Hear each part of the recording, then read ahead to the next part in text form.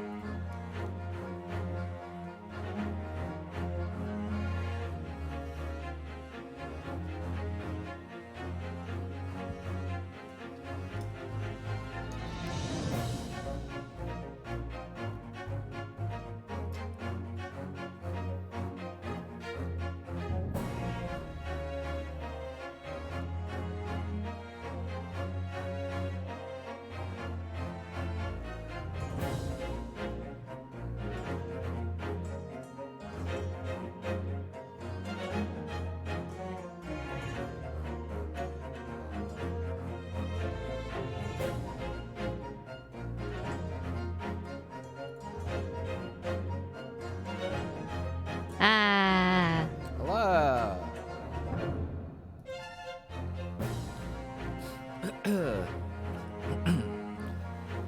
Oh, Is your boy. voice gonna last? That's what I was worried about, honestly.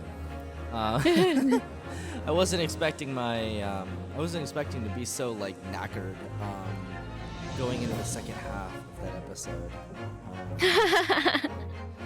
It has recovered somewhat. I think part of it was just the dust in the room, because like when the air purifier wasn't going, I was basically just locked in the dust chamber, right? Yeah. But anyway, hopefully my voice survives. And tomorrow we're doing karaoke, so I really hope it survives.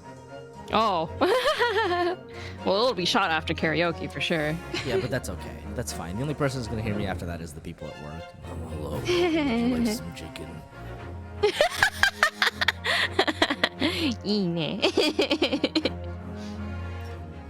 Win them over with your husky voice at that point. There's a certain appeal to it, but I don't think that people going to a restaurant would really spring for it, you know? You don't think so?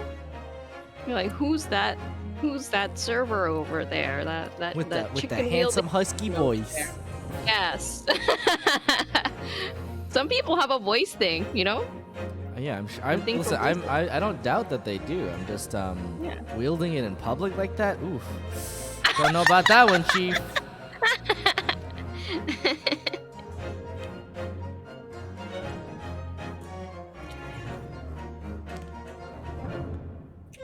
I'm also waiting on dinner. I'm hungry. I was wondering if you had gotten the chance to eat. Well, it's in the process of being cooked, so it'll be ready at some point. You know how it goes. It do be like that. I'm gonna be so sad when this case is over and like we don't get handsome Susato anymore. Oh, me too. What's up with that?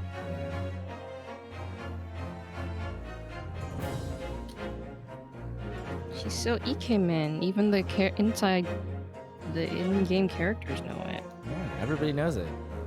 Handsome as fuck. Mm-hmm. Her friends about feeling a certain type of way. And that way is homosexuality.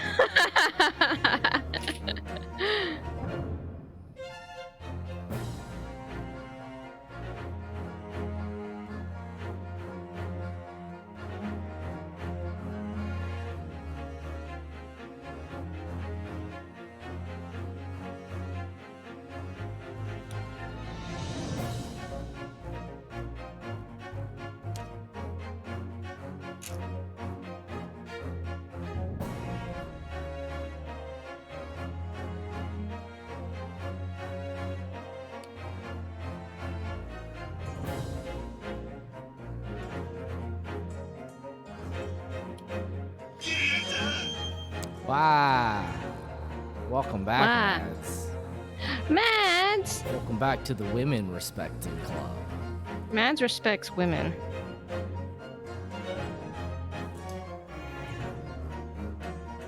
So congratulations on being able to use the best emote on twitch.tv. Ah!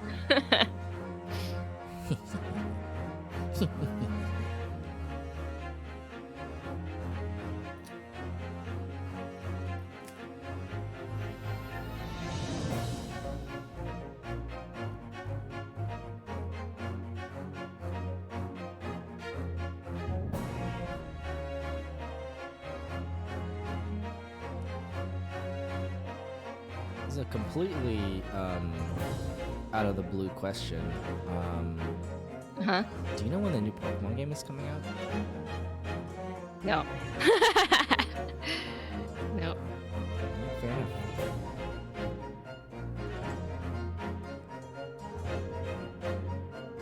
I was just thinking about Pokemons. I get all my Pokemon information from you and Cole. That's pretty funny. I guess that's fair. I'm old. Yeah.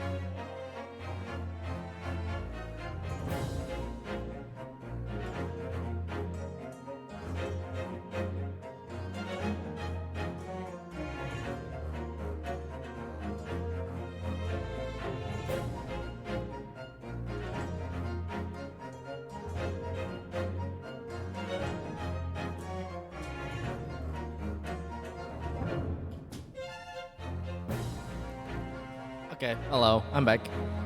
Look at that. I went to go harass the rest of my house because I knew they weren't watching the stream. Well, Gotta bully them. I need a captive audience.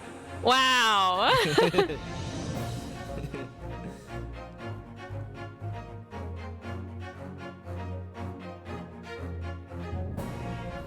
hungry. The last thing I ate was like, I think at like 1 p.m. Your captive audience is gonna watch you waste away. You could up your views to violence. You gotta try that next time. I don't know if you knew this, Brandon, but all Twitch viewers actually come from violence. There's actually no other way to engage with Twitch.tv viewers. Hi, welcome back, Gwen. Welcome to the Women Respecting Club. Gwen, do you know Legends of a Hidden Temple, the show? Yes! I used to love that show. They were in the living room watching the Defunct TV video about it, about Legends of the Hidden Temple. I think this might have been a little bit like is that an echo effect or am I just in a tunnel? Is that for me or Renu?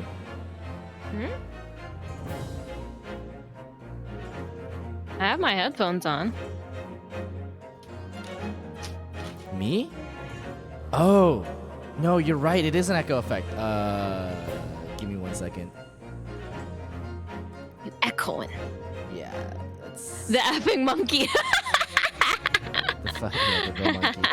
Okay, yeah, sorry about that. I completely forgot about that. I had the echo effect on because I was emulating a karaoke effect. Yes. Yeah, aren't they bringing it back? I thought I heard something about that. Yeah, I caught the end of that video. I think they made a movie. Oh. Yeah, just let that one sink in.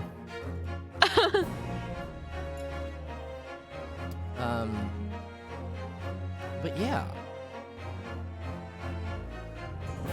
Thanks for telling me about that echo before I actually started playing the game. That's actually really helpful. I'm glad you caught that. Did you record the podcast with the fact it's on my OBS, so it's not on audible to anybody I'm talking to on Discord, and it's not audible on Reaper. It would be so funny. It would be extremely funny, yeah, if we did the podcast and the entire thing was just I was echoing. I just have to roll with it. Like I wouldn't be able to do anything about it. You're right. We would just have to deal with it. Yeah, that does remind me though. We talked a lot about Sabi Kui Bisco, and I mentioned at some point that we have to learn the ending. Yeah, I learned it. I'm just not good at singing it. Okay. I recorded myself singing it like on and off throughout the week, and then I was like, Jesus, I am deaf to all pitch and tone. I think I find that especially with any song in a foreign language, it's always worse before you're like really in tune with the cadence of the song, and the way that the words are supposed to be like spaced out in terms of how you pronounce them. Because I obviously I have a couple of Japanese songs in my karaoke repertoire. Yeah. And you just kind of gotta do it until the sounds feel right in your mouth. Right. They feel natural or something. Yeah, like that. and then after that you can start correcting the pitch. That's always it for me, at least. That's how it goes for me. Are we singing the TV cut, like, or the full song? Probably just the TV cut. Okay, thank you. That's what I just learned. 'cause it's just shorter, yeah. You did choir for 12 years, get really good at Latin songs. Yeah, I imagine you do. But the problem is that Latin and English have such a different cadence than Japanese does, because Japanese is split into syllables instead of letters. And so you would think it would be easier, but it's also like not. Especially when they like squish a bunch of syllables together. Like I was Oh yeah. There's a song that I really like. It's an older Vocaloid song, which is "Leaving Summer Yet You're in My Fluffots," and it's like a swing song and so as a result, it's like impossible. Like every time I try to do it, the words just kind of spill out of my mouth and I'm like. Yeah, anyway, now that we've got all that sorted, I suppose we can start. Ooh. If I recall, last time we were like in the latter half of the trial. Oh God. Oh, okay. Yeah. Apparently, it's been back since late 20. Oh, there is a new Legends of the Hidden Temple. That's wild. Oh my gosh. You know what? I feel like in general we just like don't have as many game shows as we used to. No, we don't. I feel like game shows were like used to be really big, especially like you know stuff like American Ninja Warrior. Yeah, huge. Yeah, I was watching reruns of that because it happened to be on TV at work, and I was like, remember this show? I bet it's because we don't really watch cable anymore. You know, because it used to be like such a weekly thing. Yeah. You know? I think that's true, but I also think like I think it just the format hasn't really adapted to like online viewing because like we have reality TV still. We have a lot of reality TV still. Mm-hmm. Particularly eager for the Disney Plus reboot of The Quest. Yeah. Oh. Also, like a lot of those game shows were like for children, and I feel like I don't know what happened. Maybe we just decided that like children are too cringe or something, but like we just stopped putting children on the air. You know what I mean? Like, I feel like children's television used to be like so sincere and so like so free from cringe. And then like it was an entire like that generation grew up and they were like, oh my God, cringe, bro. It was just like, calm down, calm down, edgelord. Anyway, I believe you were voicing this character. I asked the English woman for an interview, but she declined, so I left the hut without making a fuss. Then, watching secretly from outside, I saw the woman being stabbed and the other witnesses come running. The quest says 12 people are summoned to a fantasy world to prove which one of them is the chosen one who will defeat an ancient evil. The winner gets $1 million. Oh my God. You know what that reminds me of? It reminds me of Roka no Yusha, which is yeah, do you remember that show? Yeah, I do. Yeah, Roka no Yusha. I always thought that was an interesting show. Yeah, Braves with the 6 flowers. I also think it's funny that the translation of heroes is like Braves in Japanese. It's a weird one. I'd be curious to see where that lineage comes from. But yeah, man, imagine if we got a sequel to Roka no Yusha. That'd be crazy.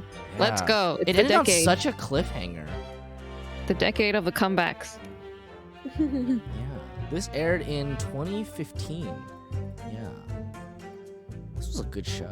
At least I think it was a good show. I remember it being good. Anyway. The detective realized that the victim still had a pulse, so he ran off to fetch help. That's when this writer man here asks the woman a very significant question.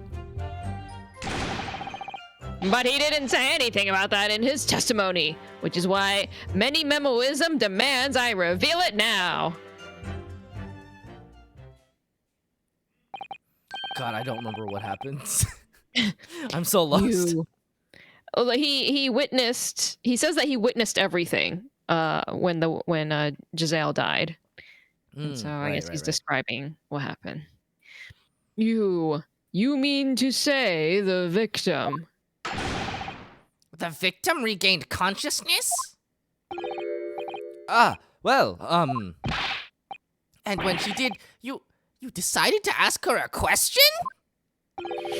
That's, true. Yes.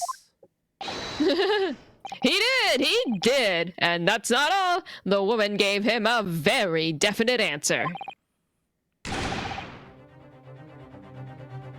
An answer that incriminates the accused.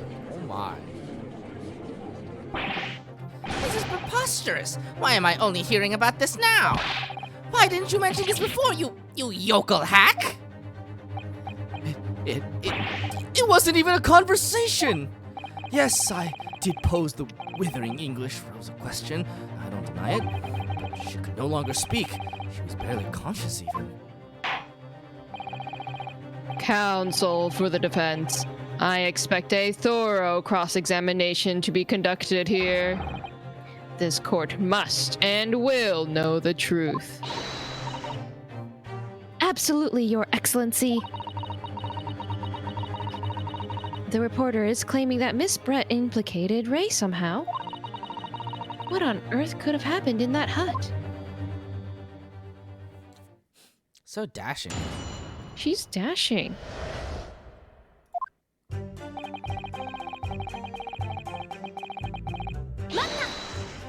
Mata!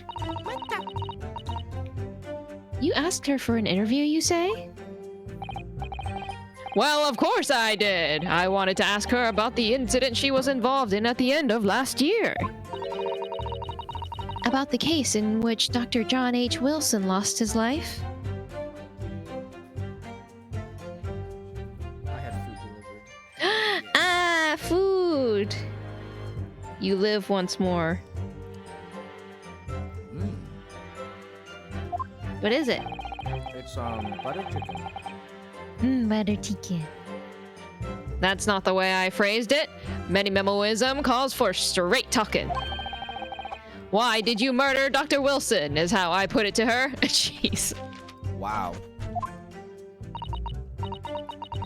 Yes, that sort of talking is as straight as a ruler. Oh, Philip has moved to your lap, Sean. Yeah.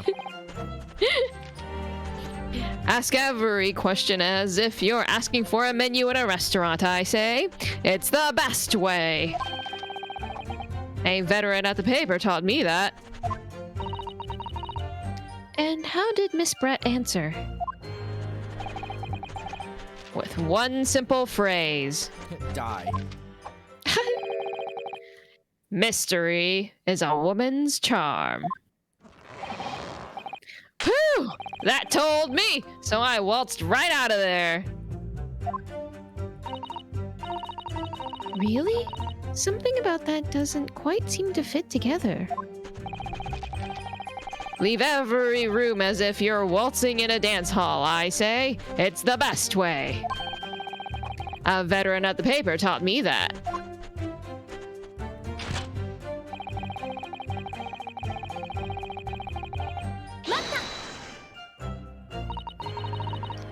That was very persistent of you, considering that Miss Bret had just turned you away.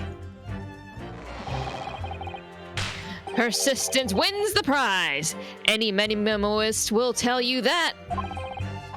Let them think you've left. Then just when they lower their guard, that's when you swoop in for the scoop. And the fruits of your labor are all too apparent in this telling photograph. Though I'm sure the young yokel student would rather not be reminded of this damning evidence. Actually, it's thanks to that photograph that we managed to identify this witness. And now that you've found me, I'll tell you whatever you want to know. I've got nothing to hide. I'm sure.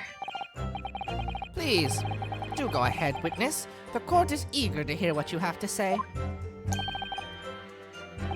Try to stop me. There's a story to tell here, and I'm going to tell it. I want curry. The curry. It's I want really butter good. chicken curry. You have a good recipe? She even knows one. I'll take it. I'll mix it.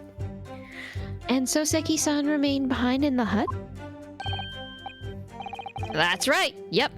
Our author friend here was a blabbering wreck, shaking all over from his head to his toes, mustache twitching, eyes bulging. Oh boy, do I! Yeah, I was gonna say, Steven is very excited. whenever you Let's talk about go. curry and recipes. I'm excited too. Yeah, if you send it to me, I'll send it along. Yee. Steven's gonna spam the recipe. What do you expect? You don't know the terrifying troubles that taunted me whilst traveling abroad. Back behind baleful bars! They'll be coming for me, surely. That's all I could think. I felt as though I were gasping for air, drowning in a sea of cold sweat. Poor Soseki-san. His experiences in London have scarred him deeply. Boy, have they. Someone say kare. Kare. As the world seemed to close in around me, I quietly recited a prayer to Amida Buddha. Eternal emptiness, empty eternity. The end is coming for me, surely. No sutras are to resound in my courtroom, please. Namu Amida Butsu. And now we come to the crucial part. That's when it happened. The murder. The murder.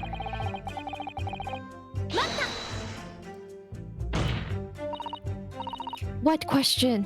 What exactly did he say?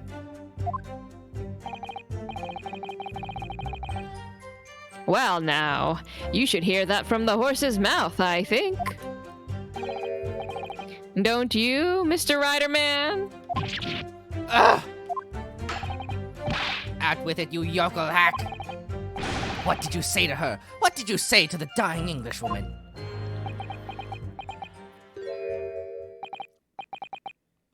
Well, in truth, I'd been catching crabs at the water's edge and building castles in the sand, you see. Well, the seaside is a place to be at leisure, I suppose, even for a grown man. But then all of a sudden, from that little beach hut, young girls' panic-stricken cries for help pierced the air. Ray. I ran up the beach to see what was happening, to find the defendant leaning over the collapsed victim. As soon as Inspector Hosonaga saw Miss Bret on the ground, he sprinted off to get help. And then, just a moment later, I heard a faint moan. A moan from the dead Englishwoman. I nearly jumped out of my skin! But what did you ask her, Soseki-san? I asked her, who did this to you? Don't protract this any longer. How did the woman respond? She didn't! She said nothing in response! But...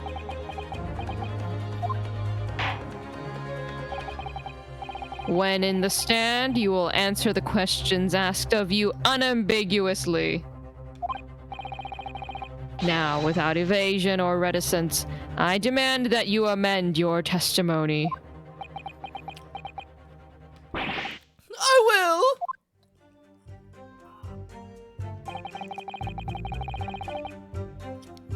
I asked her, who did this to you? But she never replied.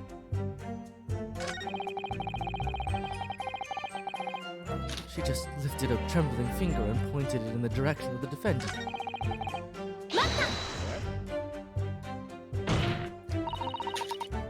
So you tried to find out who the culprit was.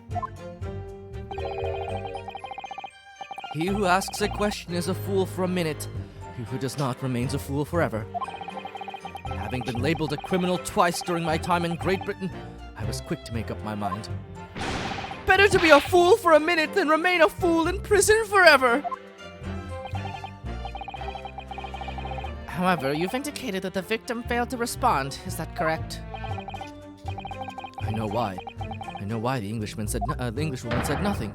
She was ignoring me because of my stupid mustache, because I'm Japanese! Oh dear. Soseki-san has really developed a dislike for the English, it seems. Don't blame him. It's almost like they were racist towards him or something. Having read the report on his time in Great Britain, I can't say I'm surprised at his xenophobia. But the English woman didn't ignore you at all. Did she, Mr. Rider Man? Well, yes, all right. She did respond in a manner of speaking, I suppose.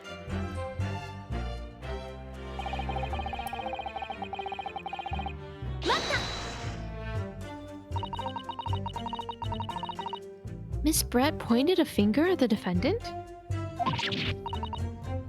Soseki-san, is that really true? It's not easy to stand here and say this, but when we first entered the beach hut,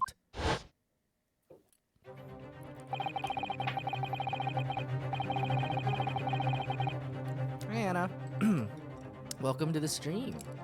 Hello. Good to see you. Welcome in. The Englishwoman was sprawled on the floor before us, with the student girl standing on the far side of her. And when I asked, "Who did this to you?" the Englishwoman summoned her last ounce of strength to point a trembling finger at the back of the hut. Been loving the playthrough. It's great fun to watch. Thank you. Ah. It has been Glad great you're fun having to fun. do. Yeah.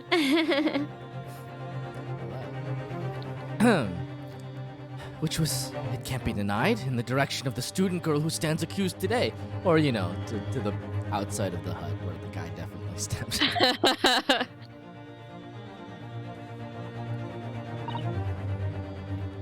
No. So, Seki-san, why on earth did you neglect to mention this in your original testimony? But fiddlesticks, I say! This is not a British court of law. You will respond in Japanese. Yes, of course. The Englishwoman did point her finger towards the back of the hut, but I was trembling, and she was trembling, and everything was a blur. And thinking about it, I feel as though perhaps she was pointing in a slightly different direction. Actually, no, not slightly, in a very different direction to where the student girl was standing. To somewhere at the back of the hut, where nobody was standing at all. It was a ghost. The only explanation. You mean that your memory of events and the direction in which the victim was pointing are both unclear? I was gonna say I can't wait for the case where a ghost murders somebody, but we've been really close to that a couple of times in this series. It's gonna happen. We have a vampire. We can go to ghosts now. I mean, we had in game 2 we had a case where they thought that Maya murdered somebody when the ghost was chasing her, and then in game 3, the last case had a lot of ghost shenanigans. Yes, that's it. Unclear. I'm very, very unclear. Your Excellency, surely this proves the matter beyond all reasonable doubt. Yes, the woman may barely have been conscious, and yes, perhaps her finger wavered slightly.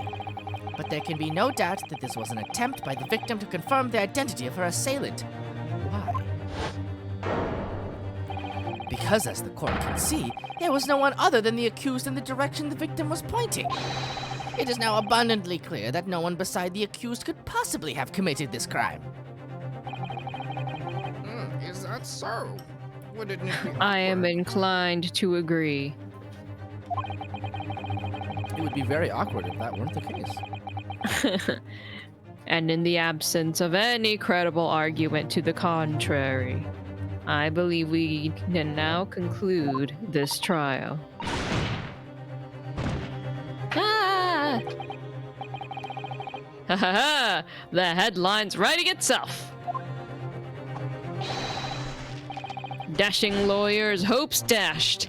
92 point across the whole page. We'll do an extra edition. I like how well established it is that Susato is dashing. Absolutely She is dashing. dashing. I like that everybody in the world also agrees, very handsome, Yes, very cool. they should. That's what she deserves, honestly. Yes. This is a serious blow, Susato. Unless we're able to identify the true culprit and substantiate our claim with evidence, the judge will give his ruling and the trial will be over. But that's impossible, Father. We don't even know how the crime was committed yet. Impossible though the task may seem, we have no choice. Susato non-binary icon? Hell yeah. Yeah.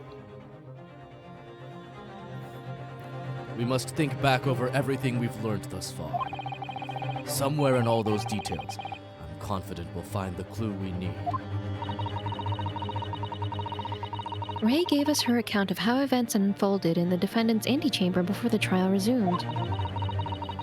She told us what happened at the precise moment Miss Bret was killed.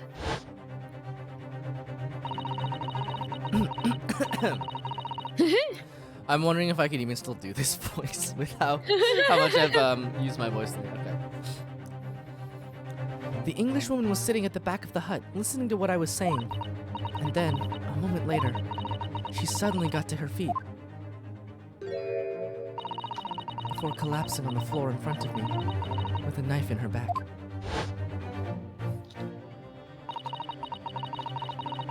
How could Miss Bret have been stabbed in the back in a beach hut that was empty but for herself and Ray? Somewhere amid all the information we've gathered so far, there must be an answer to that question. I've got it for you, bud. I take it, then, that the defense has nothing further to add. So, the gallant yokel student's luck finally runs out? I can't say I'm surprised. In that case, I am ready to deliver my final verdict on this matter. This is a crucial turning point now. If I can't establish what really happened, it's over.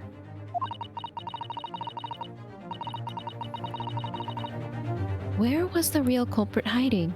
And how did he or she stab the victim?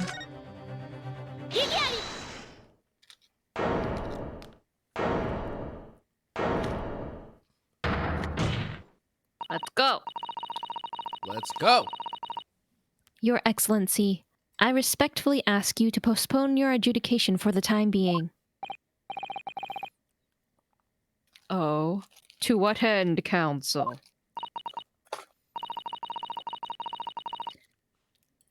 The defense would like to present the court with an alternative theory. An alternative theory that can explain who the victim was actually trying to implicate with her dying gesture. An alternative theory? Ha! None exists! There was someone else present at the scene who could have committed this crime. What? And the victim, Miss Bret, tried to reveal who it was to those around her at the time. By mustering all her remaining strength and pointing a trembling finger in the killer's direction. This is fiction, fantasy. Very well. As you seem so sure of yourself, counsel, I am prepared to hear your alternative theory. So, young Ryutaro Naruhodo. I always forget that So she funny. named herself that.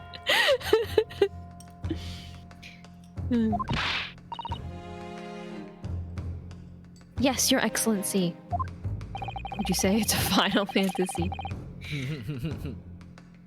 You will present your latest theory to the court by means of this plan. At the moment the victim was stabbed, where exactly are you proposing the culprit was concealed? Right here. Get him! Naruhodo-san would never give up, and I'm a Naruhodo now. Damn, homie, that's kind of gay. The true kind of culprit who homosexual fatally move right slapped- there. It's like- the true culprit Oh, who sorry. fatally stabbed Miss Bret was concealed in this location here. It's like it's kind of like the it's like shipping Susato and Ryunosuke, but like in an extremely non-heterosexual way. Are you mad, counsel? The judge sounds like an internet troll. You mad, You counsel? mad, bro? You're suggesting the culprit was outside the hut. Oh, hear those strings go. We love to hear it. What?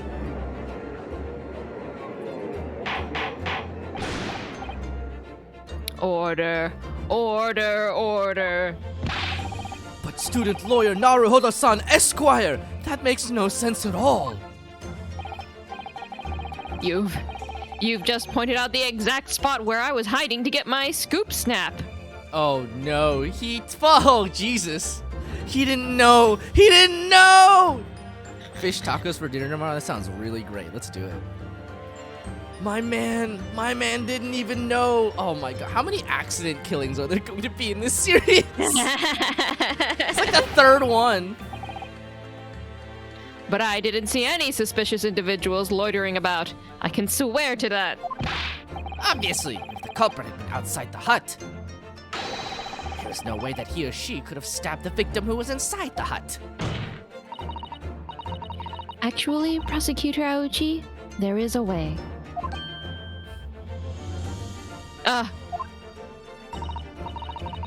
And, in point of fact, the defense can provide evidence strongly suggesting that is precisely the way Miss Bret was killed.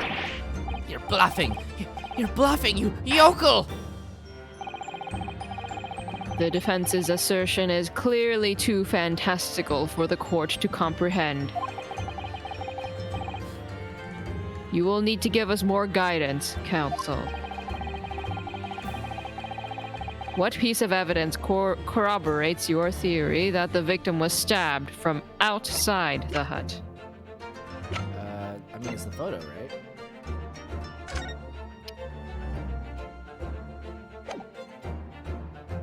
Boy, I hope this is correct. Uh-oh.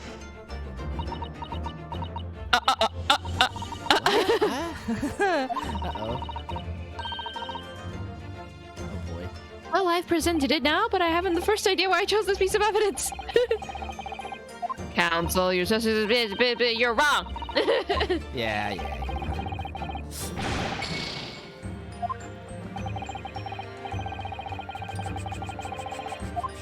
There should be a visible trace somewhere. A trace? Yes, on the hut itself. Armed with that idea, I must look the court record. Your Excellency, the defense would like to present Bit. We're gonna do it. We're gonna get him. Let's try that one again. Okay, probably this then, because it shows the little slit in the back. There you go. There we go. The original photographic print of the crime scene. Yes, it's clearly visible in this print. The trace of the fatal thrust that was delivered from outside the beach hut.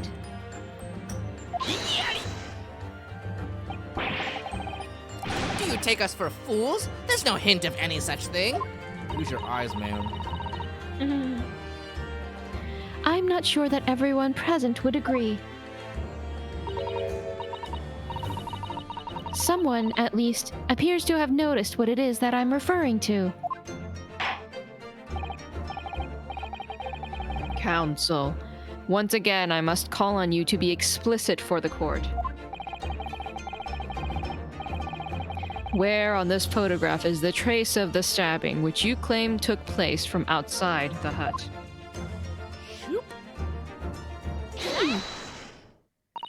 Could I? Look closely just here.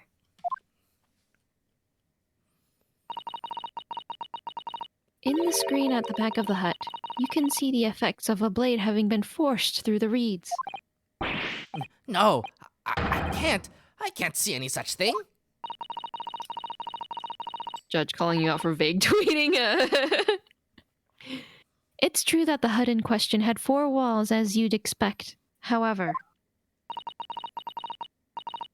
by parting the reeds, a knife blade could easily penetrate them. This is extraordinary. Yes. The true culprit actually stabbed the victim from outside the beach hut. Oh. And of everyone present at the scene, there is only one person who could have done that. Only one person who was directly outside the hut when Miss Bret was killed. Right, and Minimomo-san. It could only have been you. Minimomo. No!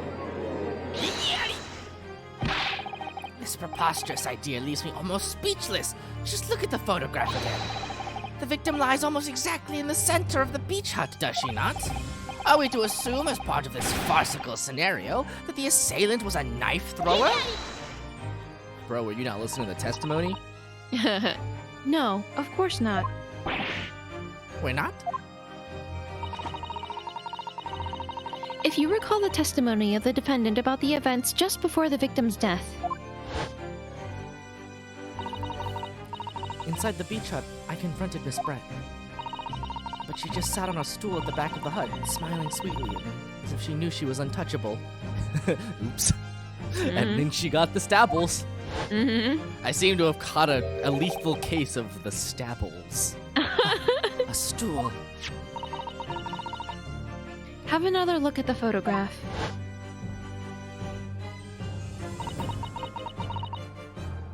The slit in the reed screen would align perfectly with the back of a person who was sitting on the stool. My word. So, in fact, the victim was... killed while sitting on that stool by a stab wound to her back delivered through the reed screen.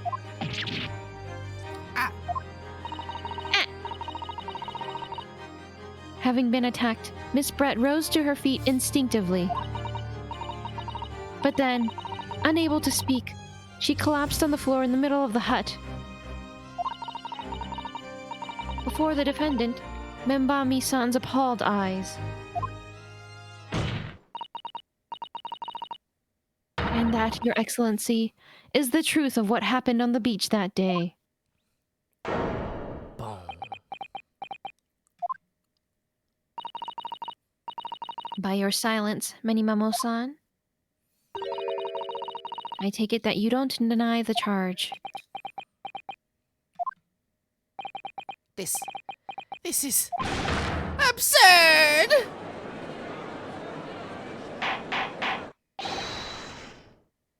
That will do.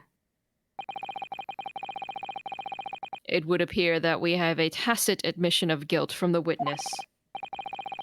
Accordingly, this court has successfully established the truth of this matter.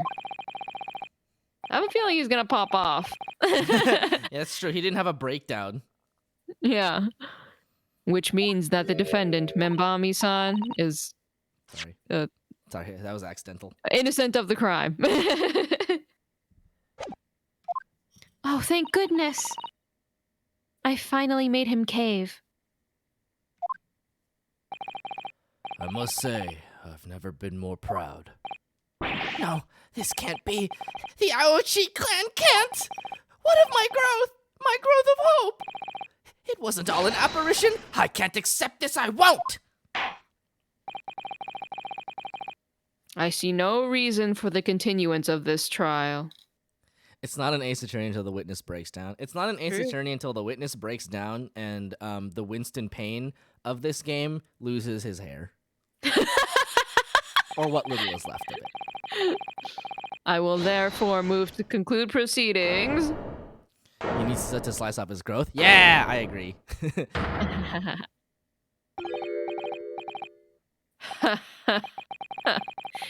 Well, this is all very convenient. This is how the highest court in our mighty empire delivers justice, is it? Suppressing well-meaning citizens' freedom to speak and branding them as criminals. What about my right to free speech? Aha! But That doesn't mean anything. we've established that the victim was stabbed from outside the hut, through the reed screen walls.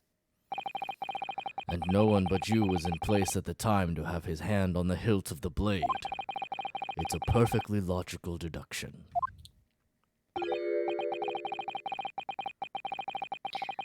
So, your argument hinges on the location of whoever stabbed the Englishwoman, does it?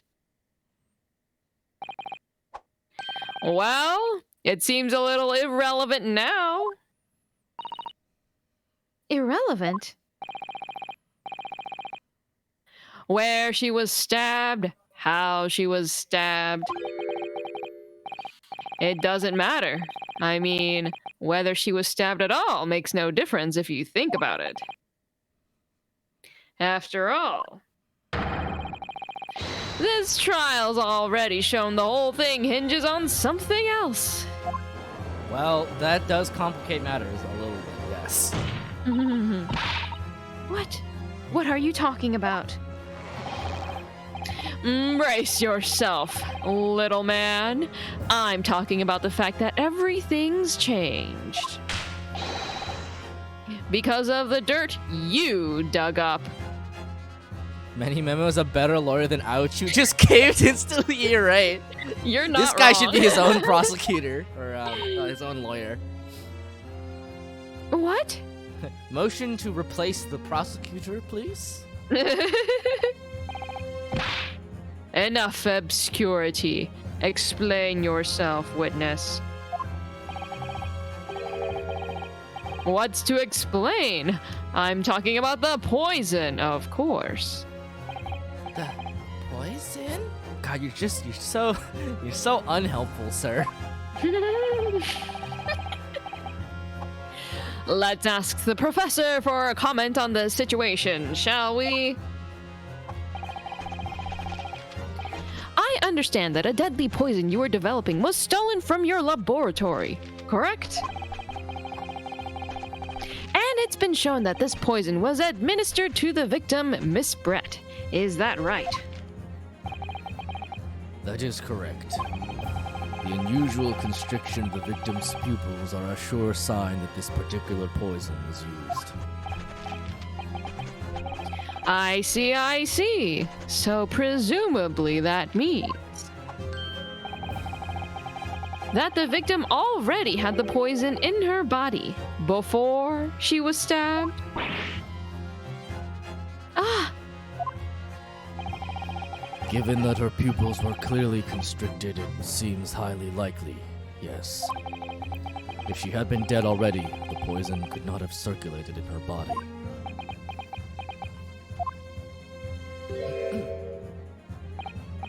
Tish! Ah, how refreshing to hear the argument of a metropolitan mind. Precisely. It matters not a jot who stabbed whom in whose back and with whose blade. Because, quite simply, the Englishwoman's life was taken not by the knife, but by the poison. But that can be explained by the poison being on the blade, as I already... Ha! Forgotten already, have we, yokel?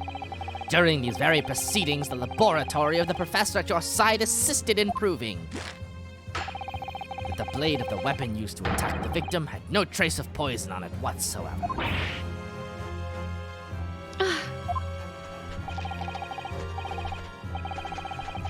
So let me get this down. The facts as skillfully established by the defense in this trial turn out to be a headline-making red herring. Is that about right? Well...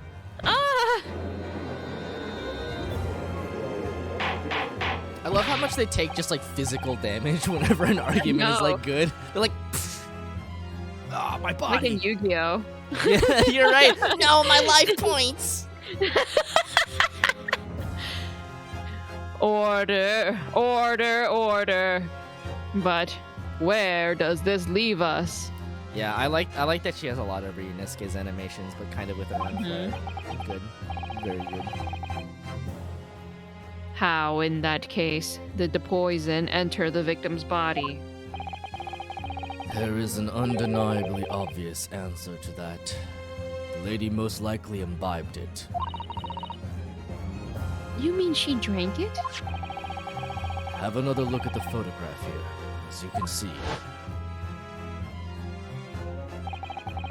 a bottle of carbonated water and a glass have been knocked onto the sandy floor of the beach hut. The poison could have been slipped into either. So somebody made Miss Bret drink it.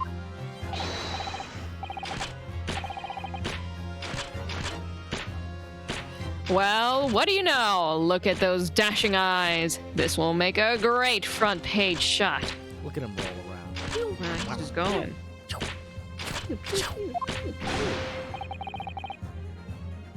Hey, why the bewitching stare?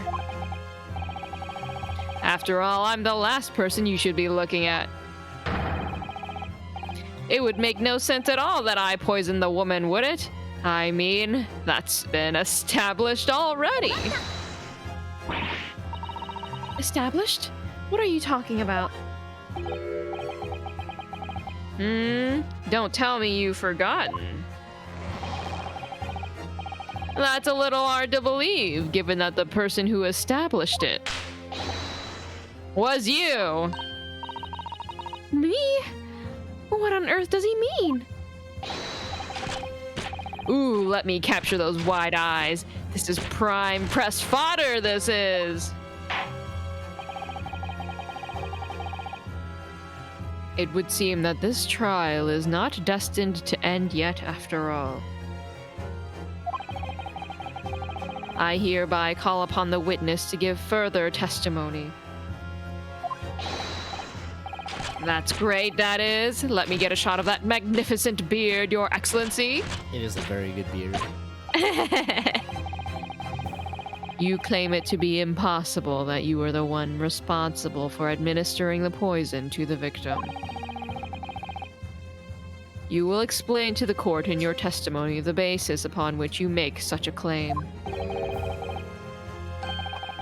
I'm a Giorno and I'm a man. I've never tried to run or hide from anything in my life.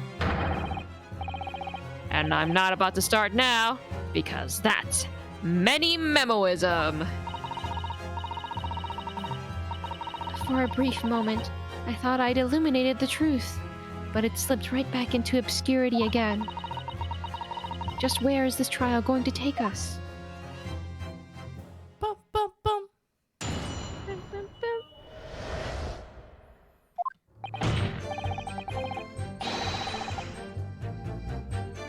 Oh yes, I stabbed the English woman, and it's that very fact that proves I'm innocent. Wow, he just came out with it. Yeah.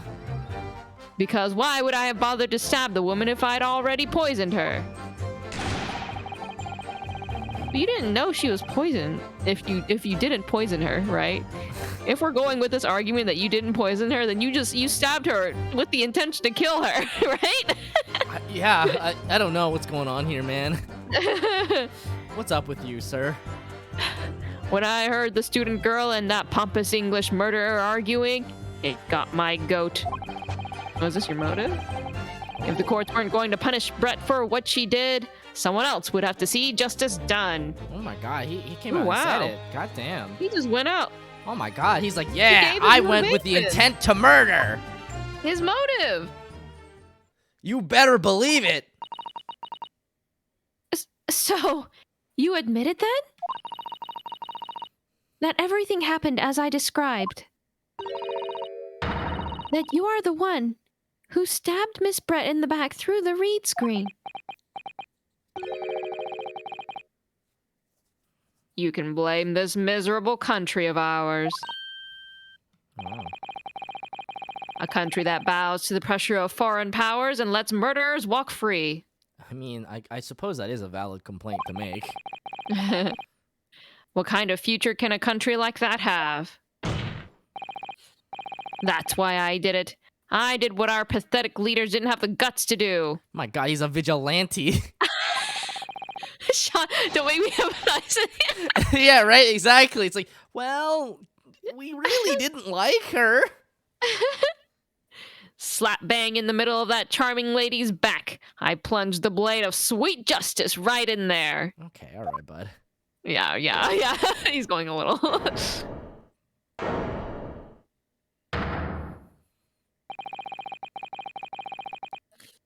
As someone who spends his life seeing that the truth is told, I feel really, really awful about giving false information in my testimony before.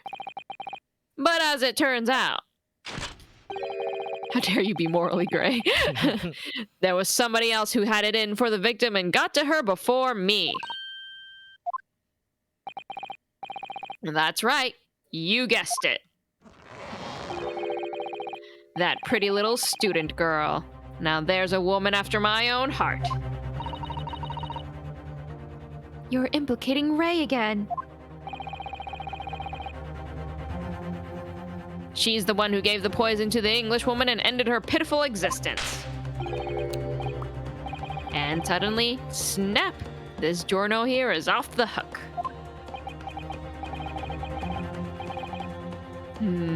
The argument is sound, certainly. If the witness had administered the poison himself, he need only have waited for it to take effect. Subsequently stabbing the victim in the back would have been entirely nonsensical. And therefore, this reporter had nothing to do with the poisoning. Yes, it's all quite logical.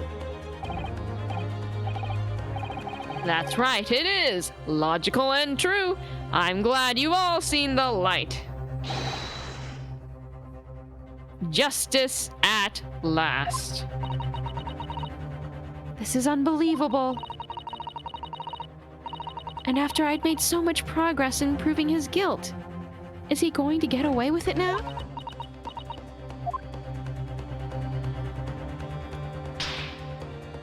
Bop.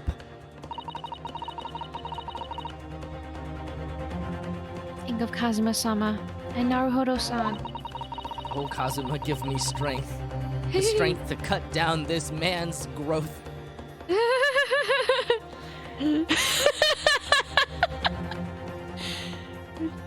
They never stopped looking for a way forward until the judge's final gavel. Very well then, counsel. Proceed with what I assume to be your final cross-examination in this trial. Oh, well. Yes, Your Excellency.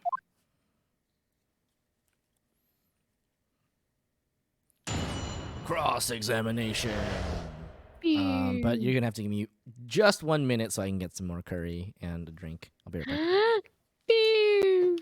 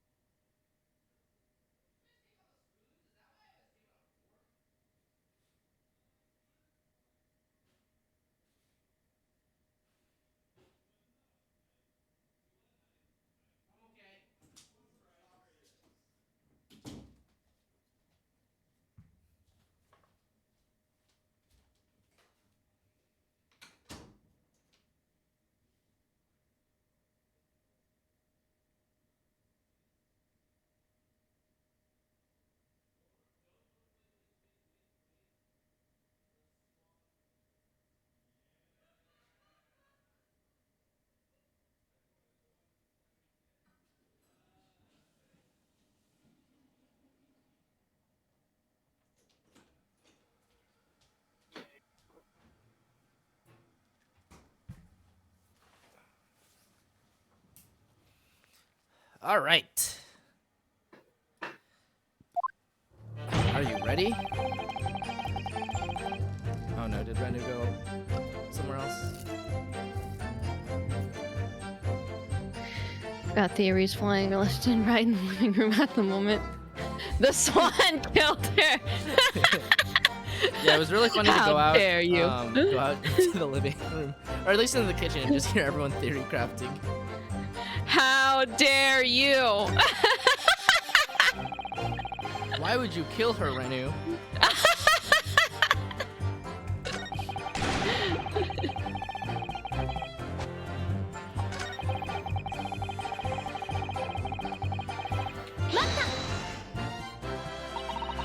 You're gonna have a flock of swans outside your house tomorrow. What an ill omen. That sounds terrifying. Just honking. How many people were trying to kill this lady? Probably all of Japan. Probably right. Everybody in that secret courtroom. And was that someone else you, Minimomo-san? No comment. A vigilante of justice never gives up his secrets. Sorry?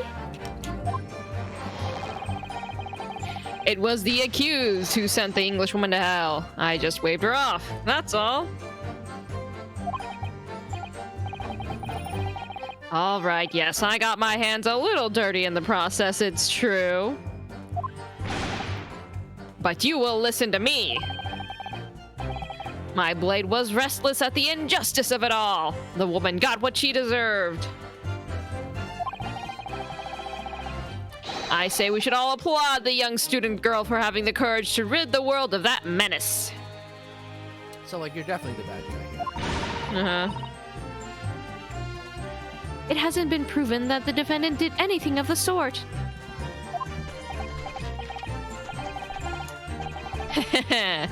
Sorry about that. Slip of the tongue. The victim had unwittingly taken the poison already. The reporter would have had no reason to stab her. On the face of it, that logic sounds entirely reasonable. But there's no question that this man was responsible for Miss Bret's murder.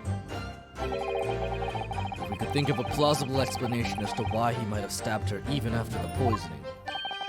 I feel sure that everything would drop into place. That's what we should be looking for. Yes, I agree. And in order to do that, I must try to glean more information. Press, press, press.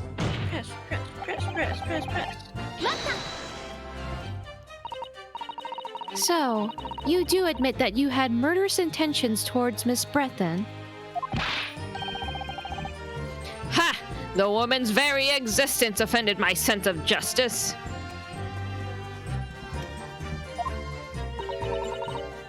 Your sense of... He's claiming some sort of righteous indignation. She was pure evil. A cold-blooded killer who committed murder right here on our empire's soil. Is there nothing more morally ambiguous than a nationalist terrorist? A nationalist vigilante, I should say. Uh-huh. But did our good-for-nothing government do anything? Not a chance. So I had to step in. Fly the flag of justice. Put things right for the people. Yes, it was my civic duty. That's what drove me to do it. So, in summary, murderous intentions, then? Whatever you want to call it, the point is this. I had to step in, except I didn't step in, except for when I did. But that proves that I didn't. That English woman was a blight, so I had to do what was right for society. Yet a real wrong was done. The student girl in the dock. A crime for which she must pay. Obviously, because the poisoning was nothing to do with me at all.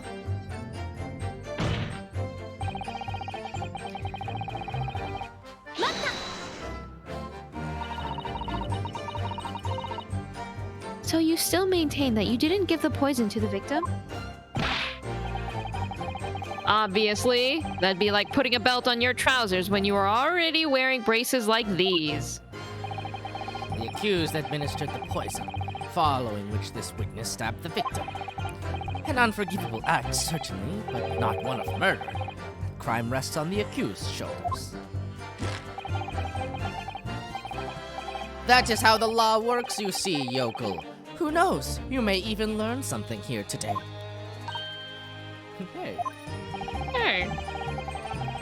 2 consecutive attempts on her life in the space of minutes. Quite a day for the victim. Do something that evil and you've got it coming. That's how the law works. The law of reckoning. That's not the kind of law this court upholds. You will reiterate why you were compelled to stab the victim then, witness.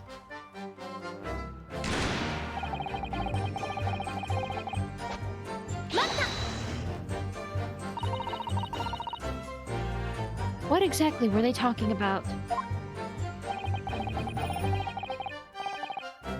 About what happened in that restaurant 9 months ago, that's what.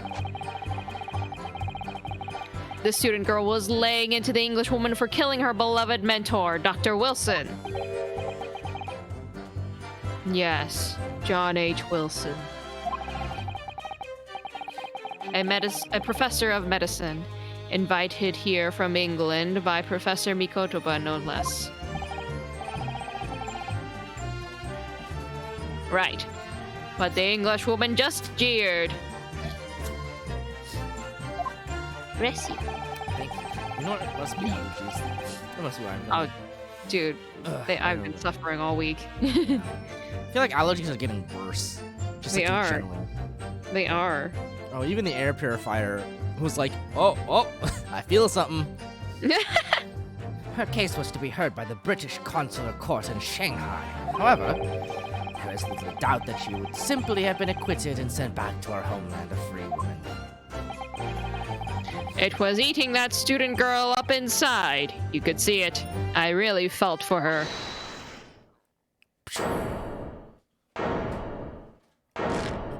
Oh? I can't. I can't stand here and listen to this tripe. Tripe! Tripe! Ray! Young girl, you stand accused here. You can't just blurt out whenever you feel like it. No, you can't. Sorry, but I'm in the middle of some very important testimony here. Just keep quiet and listen. Some testimony that involves you, but, you know. But this awful man is making all of this up. Susato, please, you have to make them listen. Return to the dock at once, Membami-san. We are in the middle of a cross-examination. Your Excellency, please, I implore you. That journalist is clearly not a trustworthy witness. He tried to murder a woman and he admitted it. He's literally saying that he tried to murder somebody right now. Yeah. Exactly. He's a filthy, rotten, black-hearted, bigoted, dirty, grape peeping Tom. Ooh! Whoa. Yeah. Whoa! Take it easy there. Jesus. Please, I really think the court should hear what the defendant has to say. Your Excellency, I see no need whatsoever to entertain the accused's remarks. I will grant the request of the defense. But Your Excellency... This is likely to be the final cross-examination of these proceedings. He said one cross-examination ago. Right? As such, I believe it would be ill-advised to stifle the defendant's obvious concerns. So, whilst recognizing that this contravenes regular protocol, I hereby call upon the defendant to speak. Oh. Thank you so much, Your Excellency.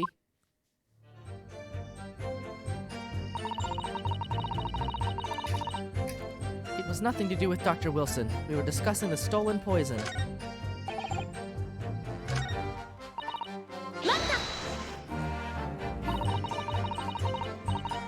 The stolen poison that killed the victim, you mean? I suspected her of being the one to steal it. I mean, just think about how she killed Dr. Wilson. I mean, yeah, that was pretty sus. Yeah. That's true. Additionally, Miss Bret certainly had knowledge of the new poison. But surely it would be no easy task to steal a highly secret toxin being developed for the government. Indeed, all visitors to the laboratory are thoroughly searched when they leave. Even if a thief managed to avoid being seen by myself or a colleague, getting the poison out would be very difficult. That's true. I pestered Professor Mikatoba until he agreed to show me the poison when I visited his laboratory. But as I left, I was searched from top to tail. Why would you want to see the poison? Right? Isn't it like clear? It's like, yes, here's the poison. It's a liquid. Clear. It's a clear liquid. I don't know what I expected. Miss Bret rather bluntly revealed the existence of the toxin we've been developing, you see. Since Sasaki-san expressed such an interest in it, I felt unable to refuse. Obviously, I gave nothing away, other than the fact that it was an extremely potent substance. I'm very ashamed of myself. It's just that I've had a singularly terrible experience with the deadly poison. I wanted to look my old enemy in the eye! Surely you can understand that?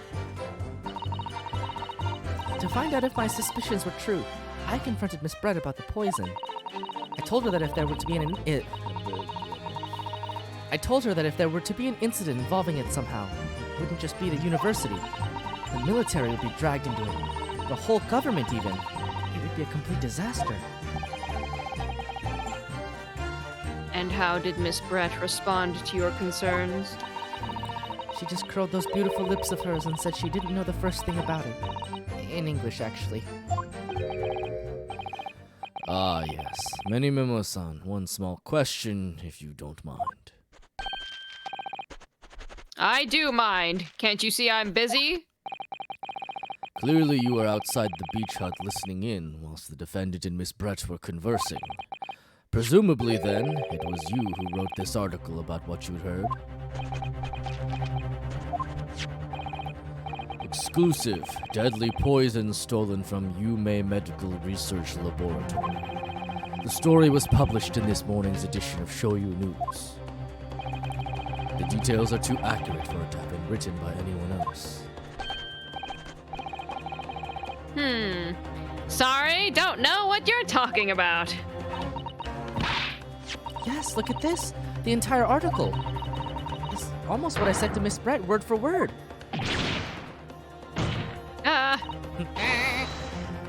Well, Memo-san?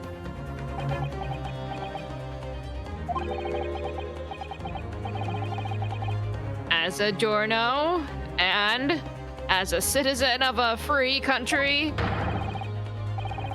I don't have to reveal my sources. That's a founding principle of Memo-ism. I am not sure if you live in a free country that protects your speech like that. Yeah, right? Father's clearly right about this.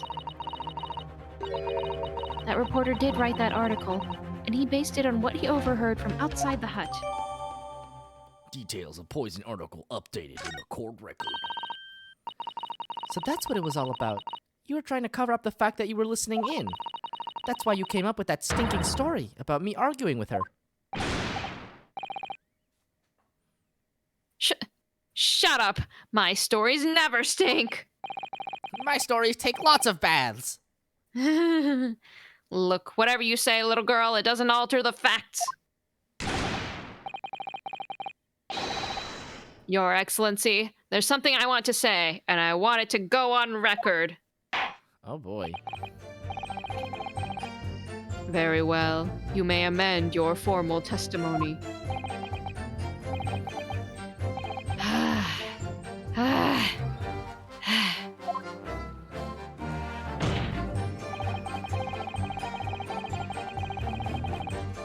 The point is, if you'd stabbed someone, there'd be no reason to then go and stab the person as well. He must have so many pencils. Yeah, where is he keeping all these pencils?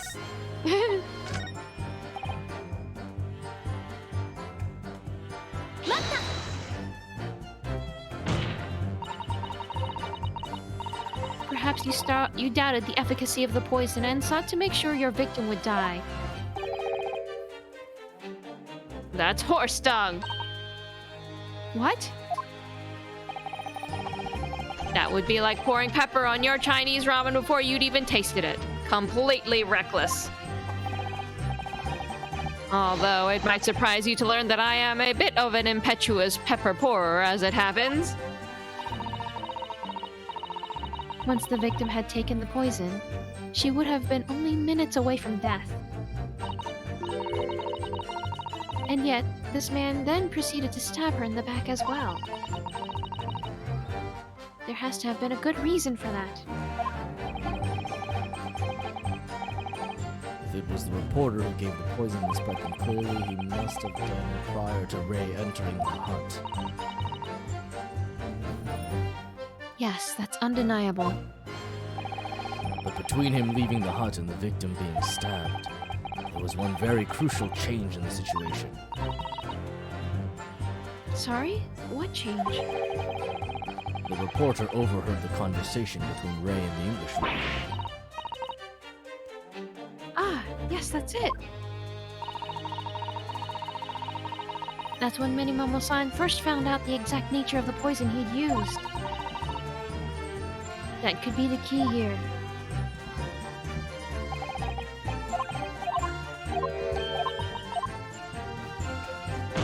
Okay, alright, let's see. Why would I bother to stab the one if I already poisoned her? Arguing. Using some poison.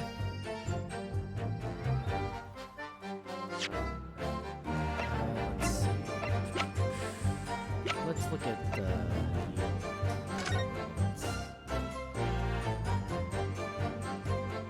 Because it's been a hot second. Let's,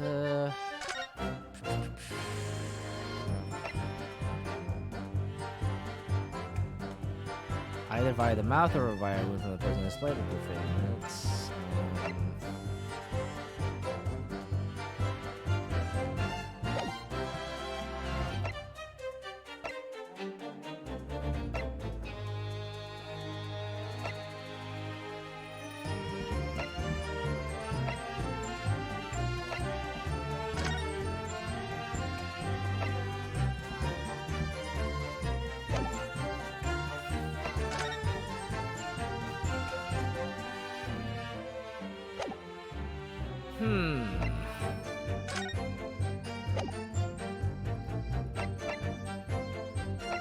What was the debate article thing? The first newspaper? Yeah. This one? Alright, oh, I guess we can't read it.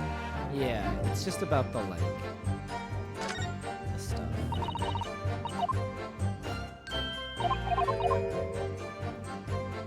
Karate chops. Deadly poison. Oh, this is the other article. Mm-hmm.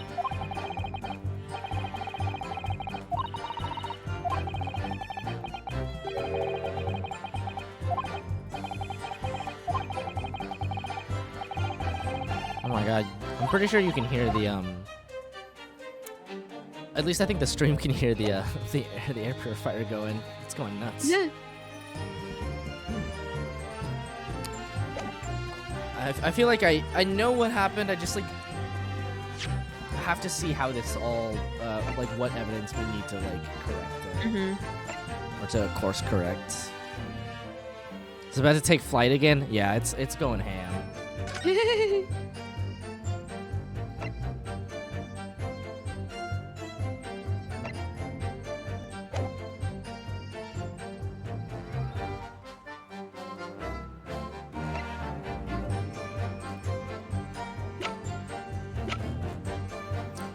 No trace of poison.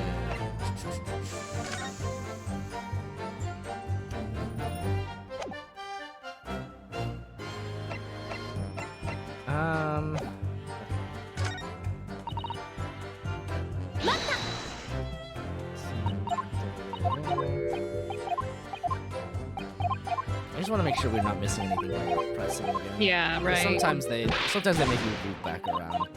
Yeah.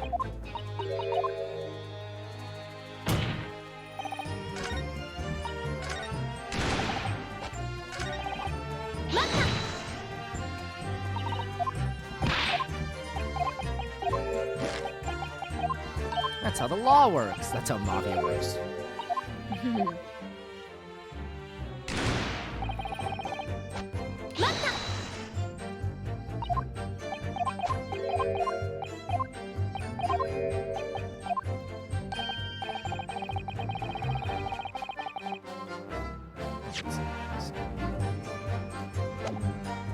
a very simple explanation as to why the accused was compelled to poison witnesses. There's no inculpatory evidence to that effect.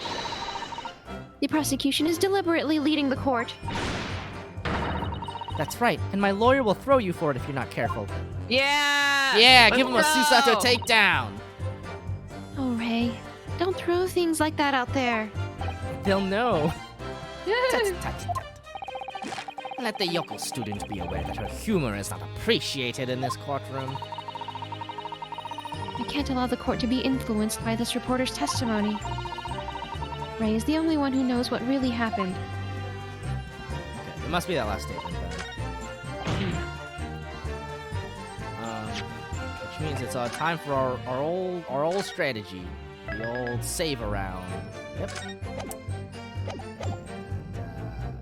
present.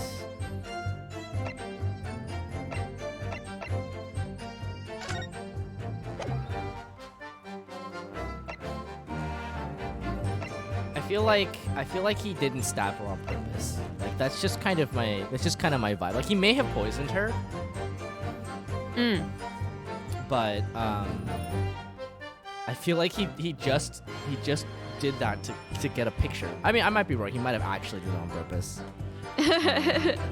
Let's present the poison on her, huh? Seems to have worked. Well, I can think of one reason. What? But before I explain, I'd like you to confirm something for the court. Did you glean all the information for this newspaper article from what you overheard outside the hut? Of course he did.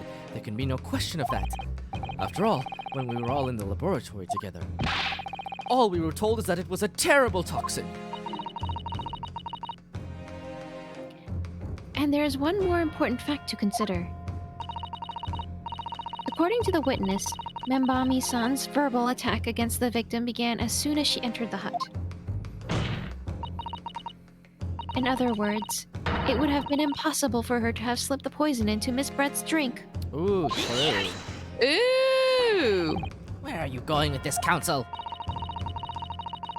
Menimemo-san has made it quite clear that he observed every single thing that happened in the beach hut. If the defendant had somehow found an opportunity, this man would have seen it. Ah! Which means that Miss Bret couldn't have imbibed the poison whilst the defendant was present. In fact, it must have been administered to her before Membami-san entered the hut.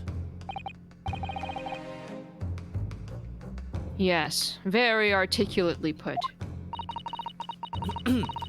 When I walked into the hut, I immediately started to press Miss Bret about the poison. At which point, Menimemo-san overheard some worrying information. Worrying information? What worrying information? The information which he subsequently included in his newspaper article, namely, that the poison was being developed in strict secrecy and that it couldn't be readily obtained. Absolutely. In fact, that's quite an understatement. The only possible place it could have come from is my lab. And furthermore, anyone afflicted by the poison would exhibit telltale signs in death. The extreme constriction of the pupils. Yes, it's quite stark when you see it. There are other poisons that show similar symptoms, but not among new substances that are undetectable. In other words, it would be clear that the victim's life had been ended by the use of this particular poison, which would reduce the number of suspects to only a handful of people. Ah. True. Everyone in my laboratory is aware of the unique properties of the toxin we've been developing. None of them would be foolish enough to attempt to use it for some nefarious deed. Mbami-san being no exception. Therefore, we can conclude that whoever administered this unique poison to the victim was a layperson, unaware of its telltale properties.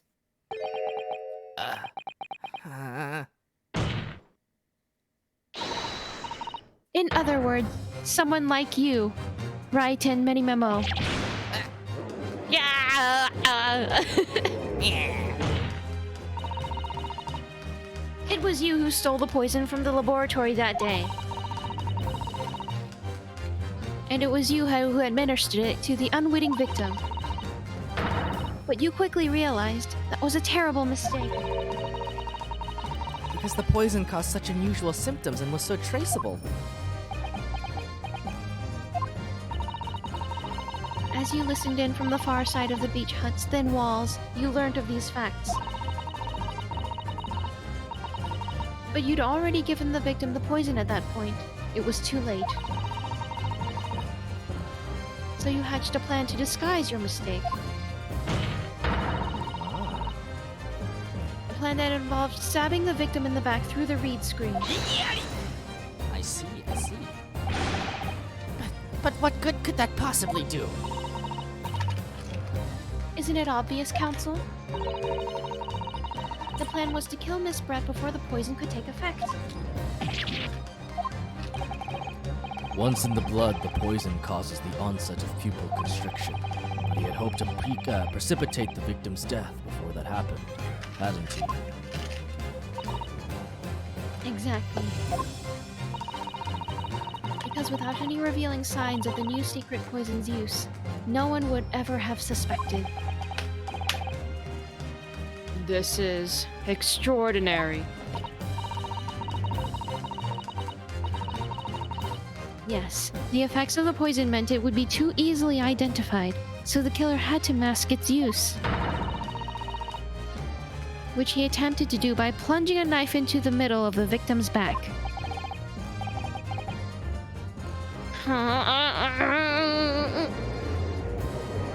Seems pretty sassy. Order, order, order. The argument presented is sound. The court is satisfied that it warrants consideration. Does the prosecution have a counter-argument it wishes to put forward? Well, there are a number of... yes, I counter completely. The prosecution's evasive response clearly shows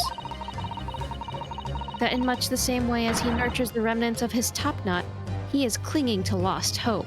Oh my god! Oh my god! She went for the throat, holy shit! Oh my god, how is this man going to survive this? Oh my god! Prosecutor Ouchi is never gonna step foot in a courtroom again. He's dead. Holy shit! Lost. Oh! Well, we're holding. We're holding.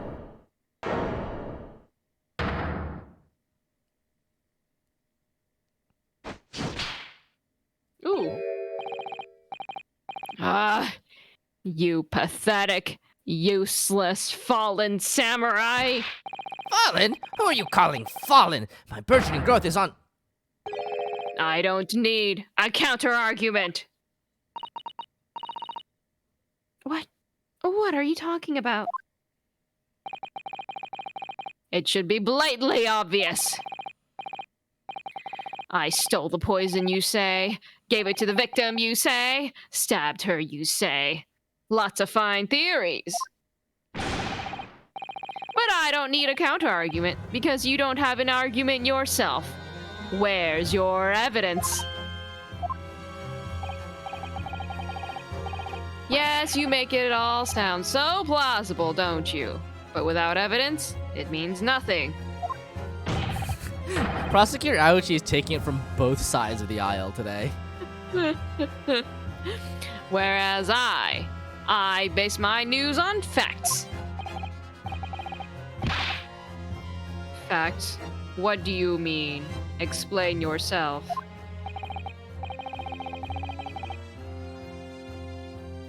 I mean, what the professor said earlier in this trial.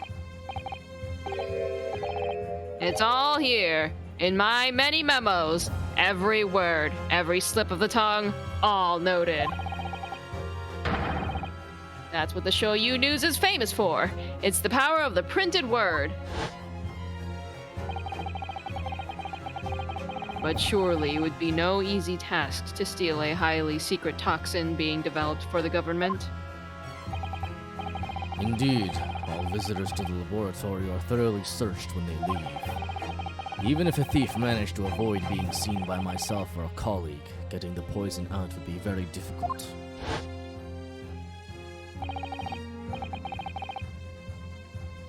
How's that then? Blown the story wide open?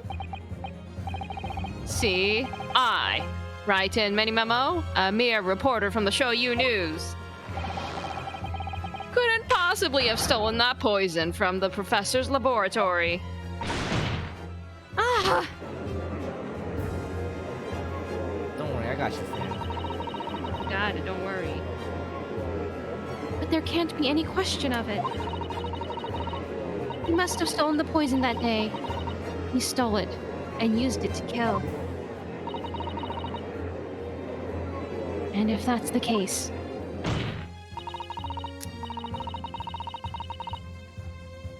as you've identified, the poison itself is the definitive evidence we need. Because whoever stole it from the laboratory that day is the true culprit here. What's your point, you annoyingly handsome country bumpkin? My point is this.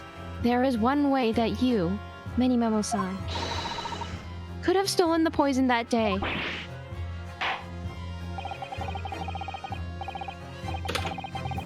I have heard enough verbal conjecture now, thank you. What the court must be shown is evidence. What proof do you have that this witness stole the poison on the day in question? Been waiting. Waiting. The proof, Your Excellency, is this fountain pen. A fountain pen? How can that possibly be relevant? These magical pens somehow seem to have enough ink to write many thousands of kanji characters. I believe they arrived in our country for the first time some 15 years ago now. I swear by a weasel hair, calligraphy brush, and nothing else. These newfangled pens are merely a fad. Well, as a forward-thinking man of words, obviously I love my fountain pen. Suck up a soupçon of sumptuous ink in one's work is awash with words in the blink of an eye. That's right. Fountain pens have a small reservoir in the barrel, into which ink is sucked up through the nib of the pen in order to write with later. What does all this talking of sucking up ink have?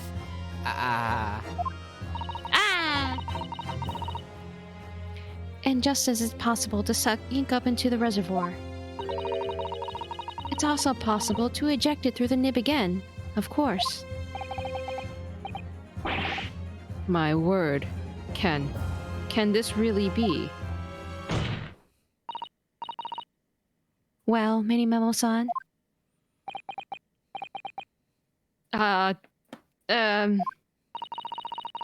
When you saw the deadly poison before your eyes in the laboratory that day, you used your fountain pen, your very lifeblood, to steal some of it, didn't you? By siphoning the poison up through the nib and into the pen's reservoir. Gah! More absurdity. That never happened. True, we've heard that there were procedures in place to prevent thefts like this from the laboratory. But would anyone have thought to look inside a fountain pen of all places? No, I'm a little ashamed to say, for fear of offending our guest, such a detailed search would not have been conducted. Well, this is quite startling, I must say. I remind the court that this pen was found in the clutches of the victim when she died. In other words, it was dropped at the scene by Many Memo-san.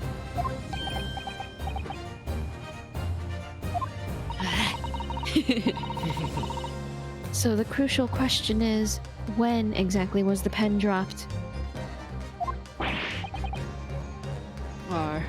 Are you suggesting? The natural conclusion is that in your haste to act whilst the victim was distracted for a moment, you dropped the pen after you emptied the poison from it into her glass. There could be any number of alternative explanations. For example, the witness could have been using his pen to write down details of his conversation with the victim. And when shocked by one of her outrageous answers, the pen fell from his quivering hand. No, that can't be.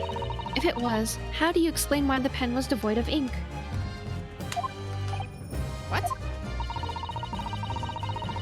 As you can see for yourself if you examine the evidence, there would appear to be no ink present in the reservoir.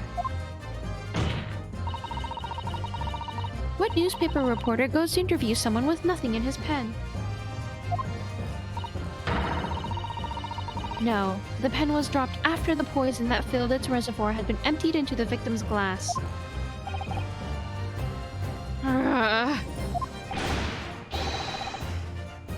Witness, what do you have to say in your defense?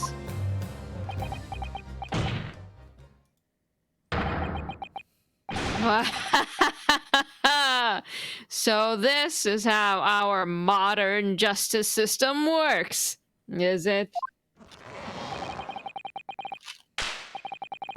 So what if the ink in my pen runs dry? So what if my pencil snaps?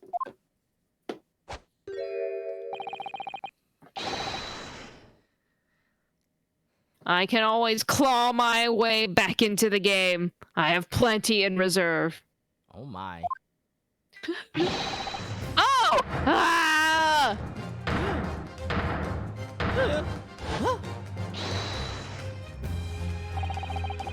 You claim I sucked the poison up into my pen? That's wild speculation, nothing more. If you thought you could bring down a fine, upstanding citizen with a trick like that, think again. Looks as though it's going to take one final decisive blow to finish this matter. As I see it, the situation is now very simple. It rests upon whether or not this witness did indeed steal the poison on the day in question. And therefore, it all depends on whether or not the defense can prove that he did with evidence. Oh, baby. Ha!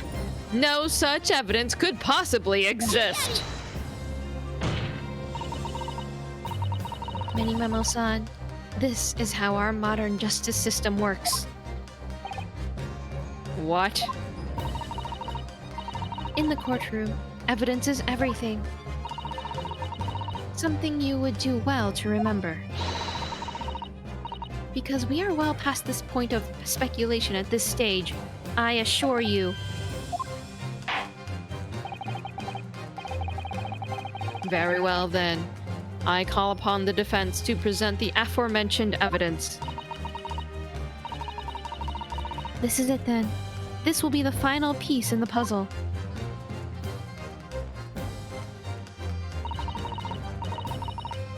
The defense can prove by means of this item that it was the witness's pen that was used to steal the poison. Counsel, what is that bottle? This bottle contains the unique chemical reagent that can identify the poison in question.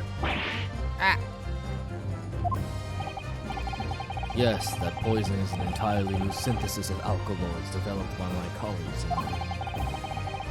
would be impossible to detect traces of it by any other method.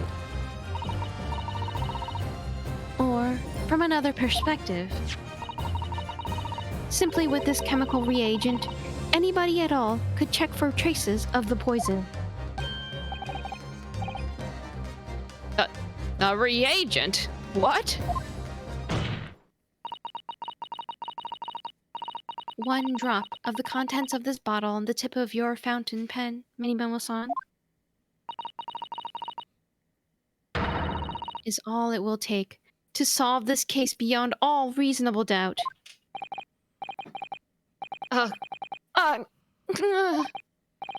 No. You can't! I won't. Your crimes are bad enough, but at least know when to admit defeat. Your Excellency, the defense requests permission to carry out the test on the fountain pen at once. Yeah. Whoa! Whoa! This isn't my fault. The Empire drove me to this, trying to hold its head high as a civilized nation, but bowing its head to an nation. I took up form my pen on the name of justice, righteousness. Yes, many Muslims. Many Muslims. Ah! Susato, with me! Oh my gosh. Oh! I'm there. Hiya! Hiya! Bro! This like that moment in Bisco when they do the arrow together. when they do the arrow together, Yeah. you're right. Oh my god. Curse you, stunningly handsome and dashing lawyer! Did I do it right? That was a Susato takedown, wasn't it? Not quite. That was a Ryutaro takedown.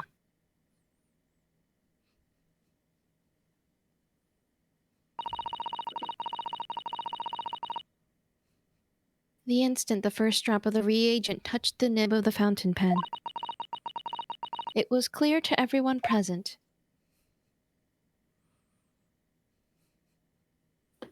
Oh. When I saw it there in the lab, the poison, the devil got hold of me and I decided to do it on a whim. I excused myself and emptied all the ink down the sink in the bathroom, washing the reservoir out carefully. And then you waited for an opportunity to suck up some of the poison, didn't you? Into your fountain pen. This just reminds me I need to clean out my fountain pen. Yes, that's right. Answer me one thing, Minimomo-san. Why did you steal it? For what purpose? Isn't it obvious? To find out what it was made of and expose it in an article. Don't put poison in it. I won't. I mean, it was the secret project and all. Too juicy for a journal like me to pass up. Then why did the English woman end up dead?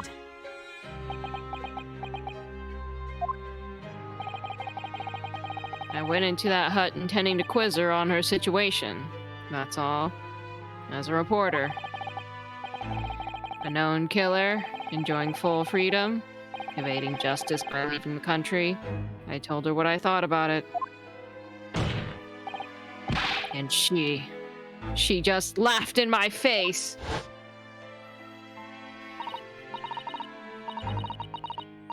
Oh, what's this? A Far Eastern caveman purporting to practice journalism. Oh dear, Really, you must learn the difference between reporting and listening at doorways. Ignorant plebeian. What did you call me? This country, with its pretensions to a justice system, to a free press, it's really very depressing. You see our superior ways in the West, and yet you lack the mental capacity to emulate them. Get out of here, you oaf. Get out and crawl back into the cave you came from.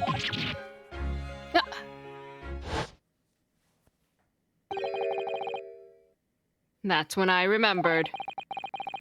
About the deadly poison I happened to have in my pen at the time. What a terrible tale. What an awful woman. In my head, I knew I should just get out of there as quickly as possible. But I couldn't. I couldn't let her get away with what she'd done, when she clearly had no remorse at all. I suppose it was my Giorno spirit getting all fired up.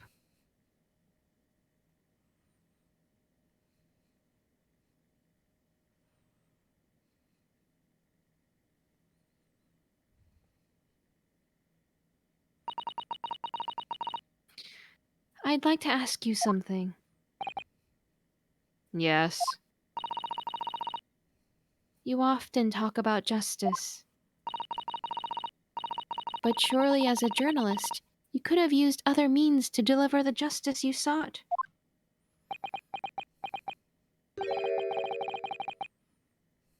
There's no justice in the press. Sorry? After that trial 9 months ago, I kept digging and digging to find out what had happened in that courtroom. And finally, I discovered the truth. It was a cover-up, that's what it was. A cover-up? What do you mean? I would remind you of your position, witness. Be careful of what you say. Oh, come on! Doesn't it strike you as strange? We're suddenly not allowed to convict a foreign national? Consular jurisdiction should never have come into it. And yet that puffed-up Englishwoman was going to sail away into the sunset a free woman. Pretty sassy. Mm-hmm. The only possible explanation is that, behind the scenes, some deal had gone down between Britain and Japan. There is a conspiracy afoot. What sort of deal? I'd done my research, dug up all the dirt. It was all ready to be published. But you know what happened? The editor just tore the article up. You come under pressure from the government, you mean? If our government is going to let criminals walk free, if they're going to crush the free press, then what choice do I have but to see that justice is done myself? Boy, he's ready to do it with those pencils. Jesus. Let's not forget, Mini Memo-san, that you committed murder yourself, and you tried to lay the blame at the defendant's door. That is also true. That is, yes. You took the coward's way out. I'm sorry, but you're no better than Jezaille, Bret. You're on the same level of suck, dude. The truth is, you have no right to talk about justice at all. I suppose.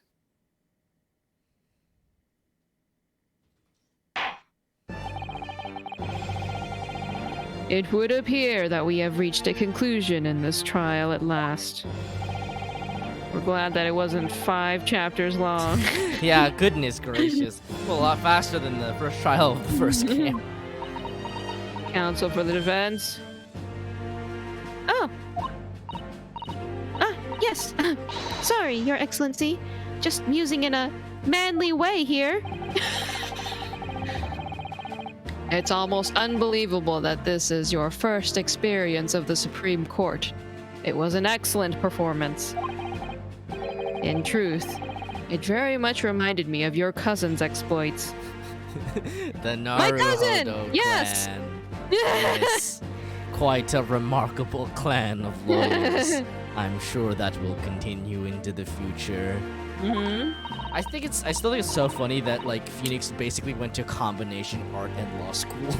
I know. Oh, Naruhodo-san. Ryunosuke, you mean? Wow. Bless you.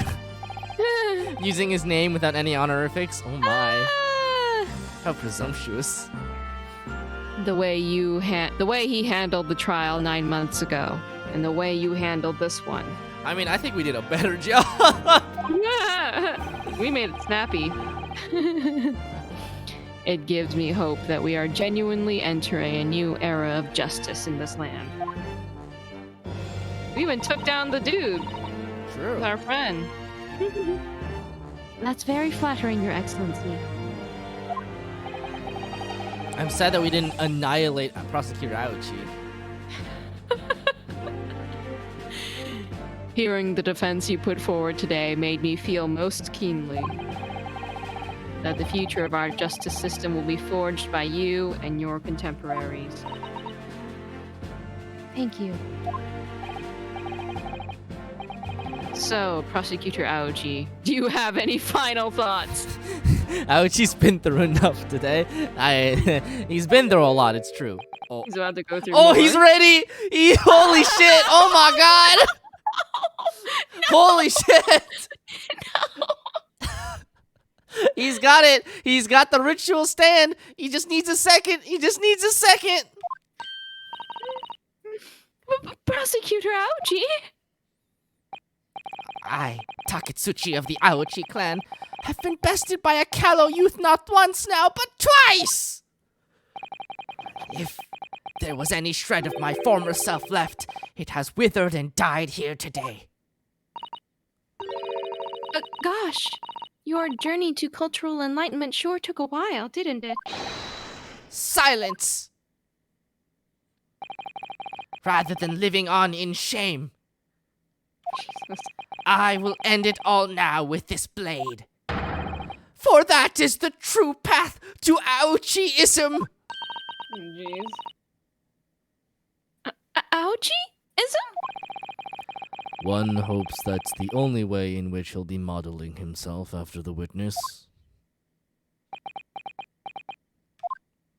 Oh, he's gonna cut off the fucking top. Oh, definitely. Sprig of my top knot. The time is right for farewell. Hope is lost forever. Taketsuchi.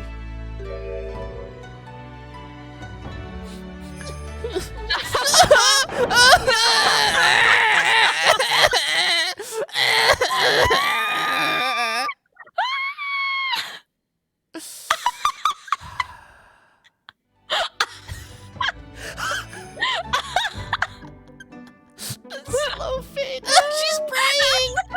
Praying.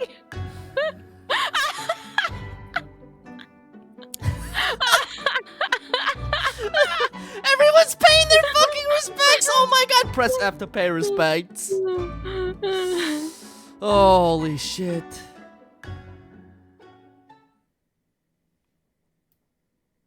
Oh my god. Now, in regard to the defendant, we're just moving on. Ray Membami-san. I'm having fun.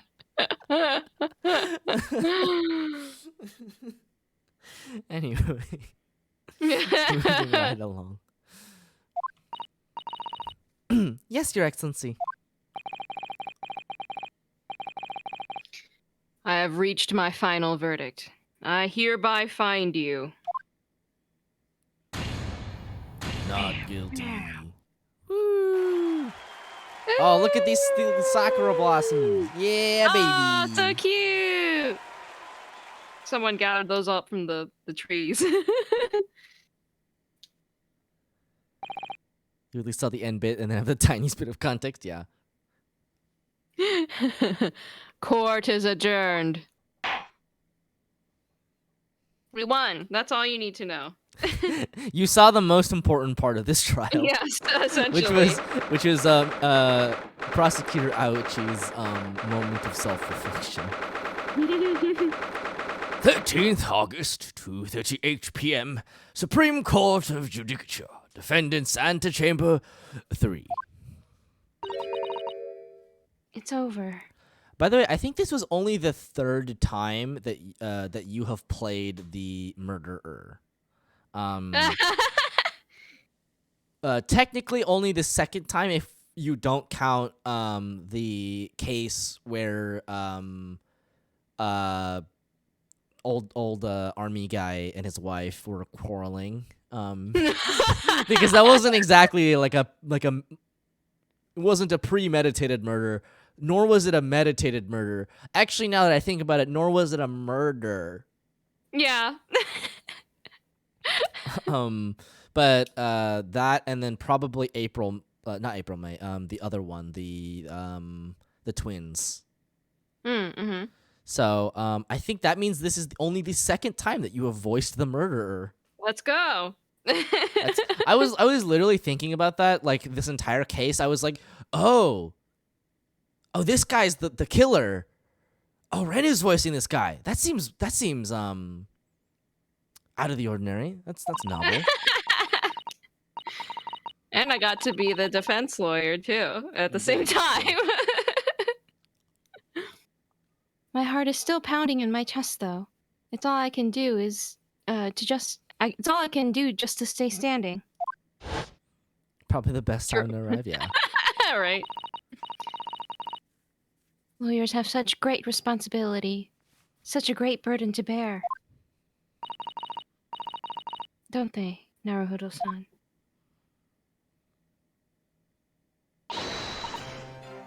Susato.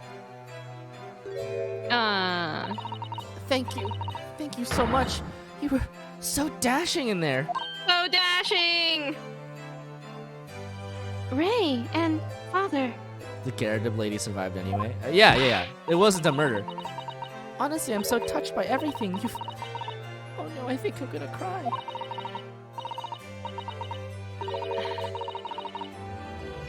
It wasn't easy, but together we made it. I was on the verge of tears at the end, too. The only reason I'm still here is because of you. Yeah, better not have anyone find out that you were a fake lawyer that whole time. Yeah, God, I forgot about that part even. Yeah, the whole case will get be compromised. Oh no, I couldn't take all the credit. It took courage to tell the truth in there. Oh, she's so cute. You did wonderfully, Ray. So I'd have to say that the congratulations belong to you. Susato, don't be so standoffish. Sorry? We're friends, equals, and the trial's over, so no more of this formal super humility nonsense. It's time to celebrate with swagger, to throw caution to the wind. Caution to the... What? I'm the great defense lawyer, Ryutaro Naruhodo, and I'm taking you out to a milk bar tomorrow. Or something. Right. I see. I'll think about it, Ray. At any rate, we really knocked the wind out of that horrid man. It felt so good. I bet it did. I bet it did, Yes. yeah. It was satisfying. It really was. Isn't there anybody else we could throw together? Oh my gosh. Looks Oh at my God. Dad. As he enters frame. I hope you're not looking at me, Ray. Oh my goodness. No, of course not. Of course not. I wasn't thinking that if I threw you, I could marry your daughter.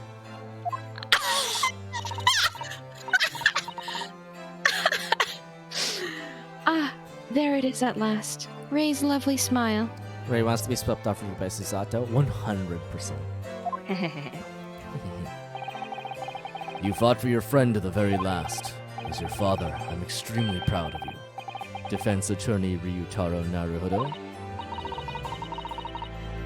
Thank you, but I couldn't have done it without your help. Anyway, it's time to bid farewell to Ryutaro, I think. I shall miss him in a way, but it's back to Susato Mikotoba now. So, I'll never see him again then? What a terrible shame. What? Oh no! What is happening? Soseki-san and Inspector Hosonaga. I do hope you've been keeping well. Is that really you? Yes, I had to change my appearance for, well, obvious reasons, I hope. But it's me. Are you sure you should be doing this in the courthouse? Should you be talking to them about this? Yeah, like maybe you should have just denied that. Yeah. Susato Mikotoba. I don't. So dashing, so divine. No, All charmed. doubly dashing. Yes, and devilishly divine. Just look at you. I had no idea, Miss Susato-san Esquires, that you were locum student Naruto-san Esquire's cousin. Astonishingly astounding ace attorney. Oh, he said the thing. Wow.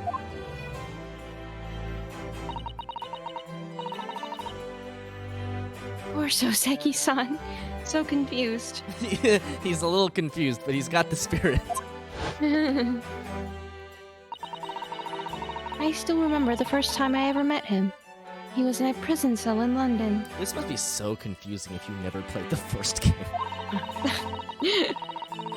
What an extraordinary conundrum it was that the unwitting student from Japan found himself embroiled in. It would be doubly confusing if you didn't know who Soseki, like Natsume Soseki was, and you had never played the first game. But after Naruto-san's skillful defense at the Old Bailey, Soseki-san was free to return to Japan. This track sounds a lot like Maya's theme. Oh.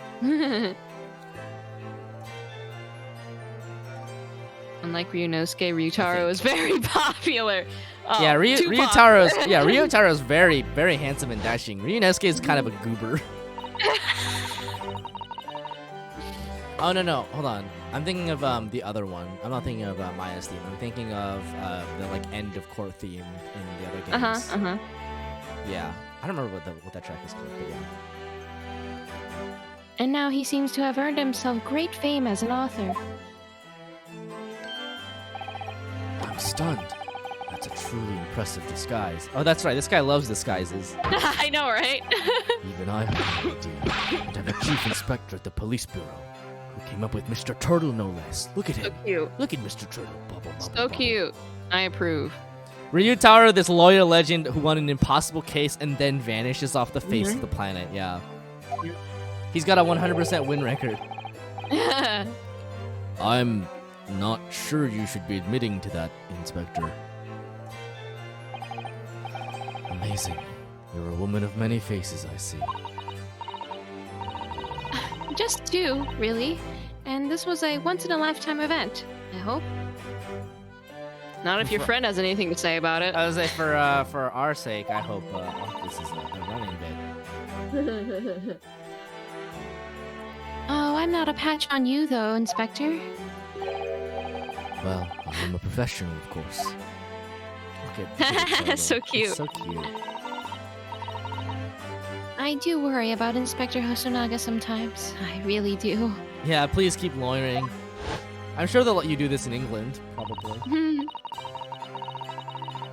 9 months ago, when he appeared here at the Supreme Court to testify, he was undercover, disguised as the head waiter of a restaurant.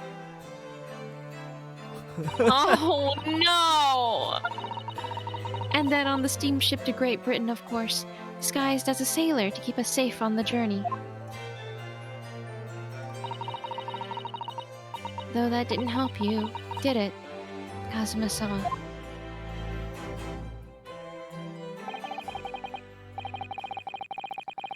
From my perspective, I have to admit that I have mixed feelings about all this. I mean, now the truth has been lost forever. What do you mean? I'm talking about the murder that the Englishwoman committed at the end of last year. Ah, yes, it was an English doctor she killed, as I understand it. Dr. John H. Wilson, yes, the man I invited to Japan personally. The mystery is, why did she kill him? And now that the culprit herself is dead, we'll probably never know the answer.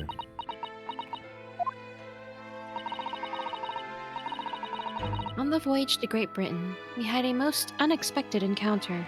Dr. Wilson. I bet it. I bet it is actually just Dr. Watson in the Japanese, in the original Japanese. It probably is. I always think like Watson is so like cute in Japanese because it's Wato-san, and you I can just know! it's like Wato-san.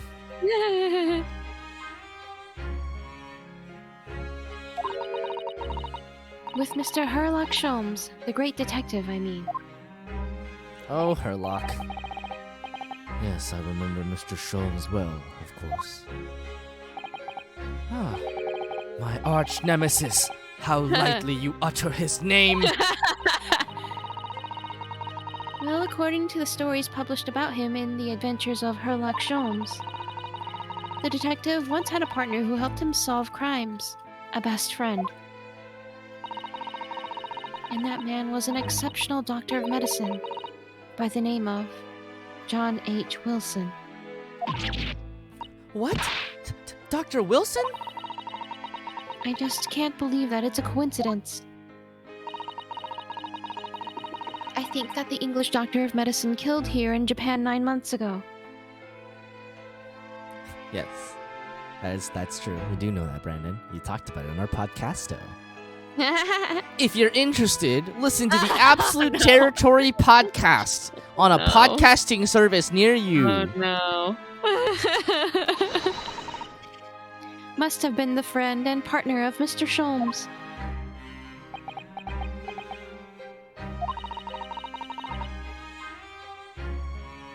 And if that's really true, then the poor girl won't ever see her beloved father again. Yep, the Absolute Territory Oh my podcast. God. Found anywhere you can get your podcasts. It's a podcast for the study of modern visual culture. Jeez. As you know, it is. In fact, if you go listen to that podcast, you can hear me talk and you can hear Renu talk on it. I traveled to Great Britain once myself to study. It was around the time you were born. If only I was on the computer with the text of plugs I use for Swan's stream. Yeah. Oh my But I god, probably you have like, you have whole a plug? paragraph. That's so funny. That's so good. That's cute. I hate it. No, it's good work. Keep at it, Magpie. Yeah. Yes, grandmother told me about it. On returning to Japan, I took up my professorship at the Imperial Yume University. But I also serve another role as an advisor to the government on diplomatic affairs. God, we should get a chat command that's in my chat for the podcast. Oh man. Yes, I was aware of that as well. In that case, I'm sure you understand that there are some confidential matters I cannot divulge to you.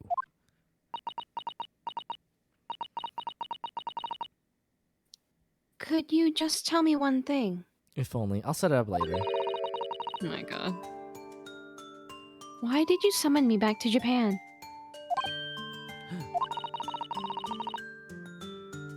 Magpie, no, relax. It's been 2 months now since I returned. When I left England, it was because an urgent telegram had arrived from Japan. It said that you'd collapsed with a high fever, and you were growing weaker by the day. Oh, it was a lie, wasn't it? Uh-huh. What? Where did that news come from?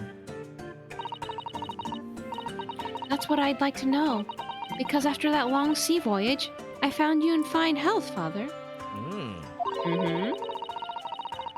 Was there something in Great Britain that you perceived might inconvenience me in some way? Or harm me? Bark, bark.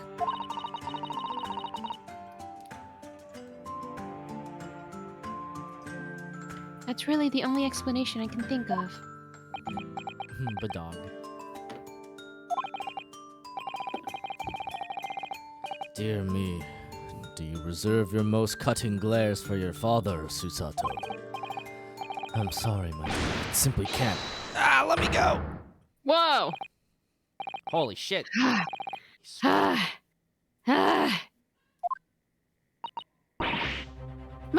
Many Memo-san. So, one throw wasn't enough for you.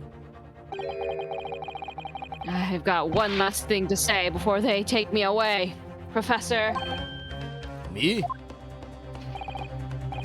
I know the truth. I know you had a hand in what went on. In that visiting student's fate. Visiting student? Jezaille Bret, you mean? No, not her. The student of law who left for Great Britain 8 months ago. What? Student of law? He must mean... Kazuma-sama.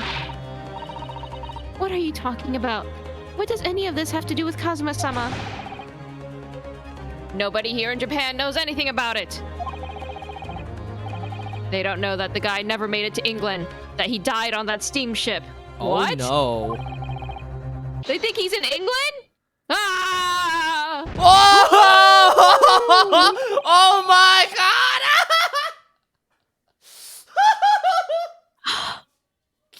Oh my god! What? Holy shit! The judge takedown! The judge! Watch out, watch out, watch out, watch out! Here's the judge with a steel chair! Oh my god! I didn't expect to find him in here. Oh my Bro. word. I didn't even know he had a torso! What were you officers playing at?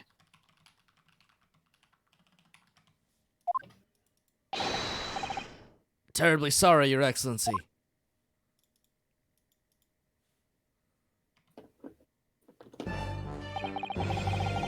I was coming to tell you that the rickshaw has arrived, Eugene. And it's a good job I came by. Yes, thank you for dealing with him. I'll be there shortly. Oh, Your Excellency. This judge could beat Judge Santa Claus's ass? Absolutely. This judge, best judge. He's the best judge. In combat ability. The trial's over. I'm not your excellency anymore. Merely your father's friend, Seishiro Jigoku. Oh my god, his name is Jigoku! Yes. That's so funny. Jigoku And means man. hell, if you didn't know. And may I say that since I saw you last, you seem to have taken on a more dashing appearance. Susato. Did you know all along? From the start of the trial?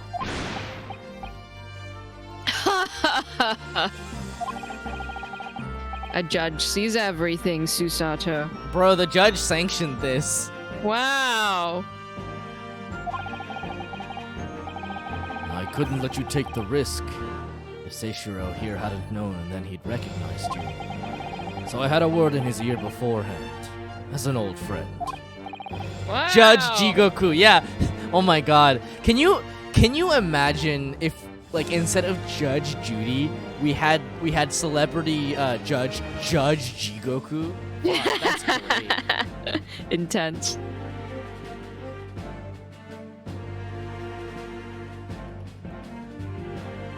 So, Seishiro, shall we? Oh my god. Follow my the God, Absolute Magpie. Territory podcast. Yeah, baby.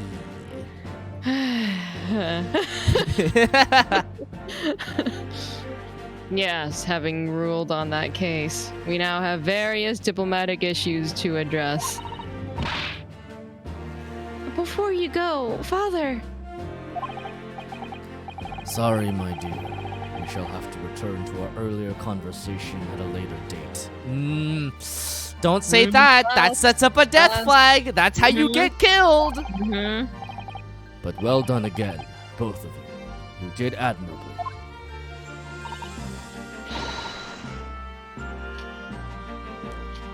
Oh, thank you very much.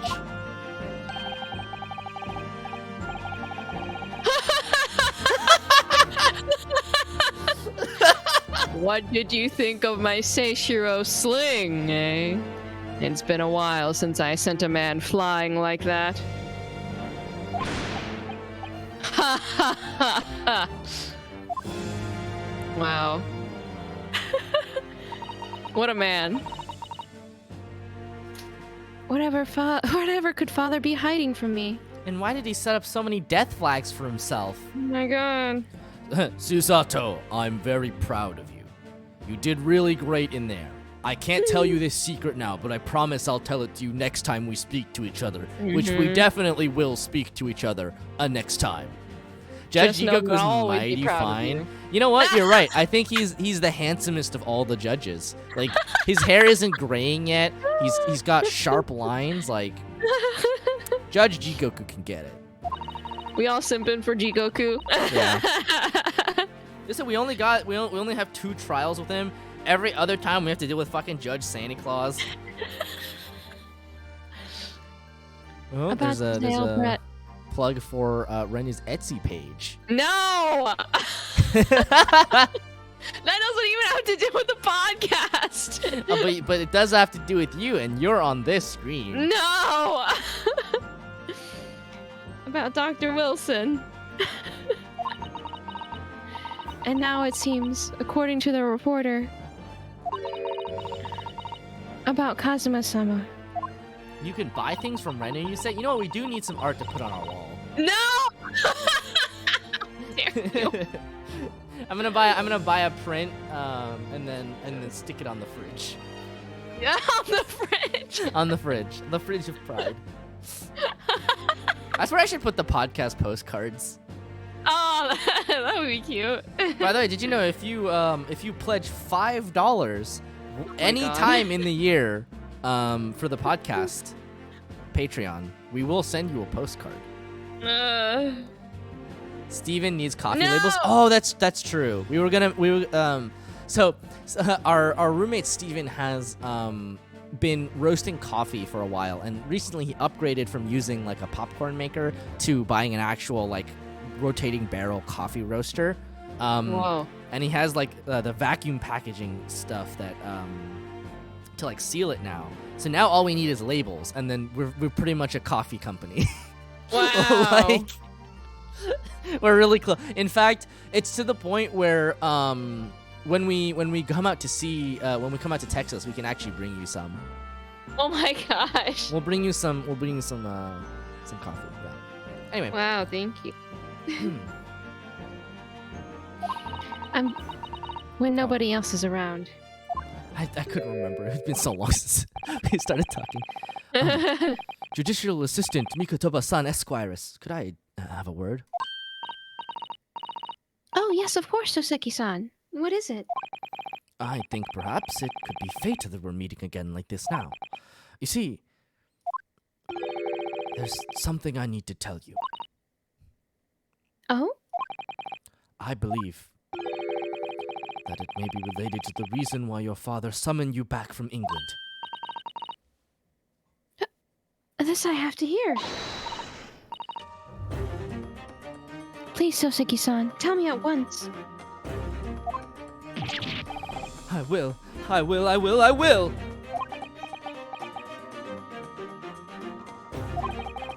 As you know, my time in England was terrible. Cursed, I have no doubt. Such awful things I was embroiled in. Thank goodness locum student Naruhodo-san Esquire stepped in. After he secured my freedom, I couldn't wait to get on a ship back here to my homeland. Having arrived in Japan, I submitted a report about my experiences to the Ministry of Foreign Affairs. The next thing I knew, I had a visitor. It was your father, Professor Mikotoba. He wanted to ask me all sorts of things about my report. My father?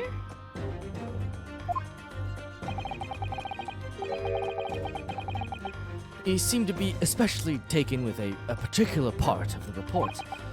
Anyway, he left eventually, having thoroughly quizzed me. But it was the very next day that he sent the telegram to you asking you to return to Japan. What was it then? The particular part my father had interest in?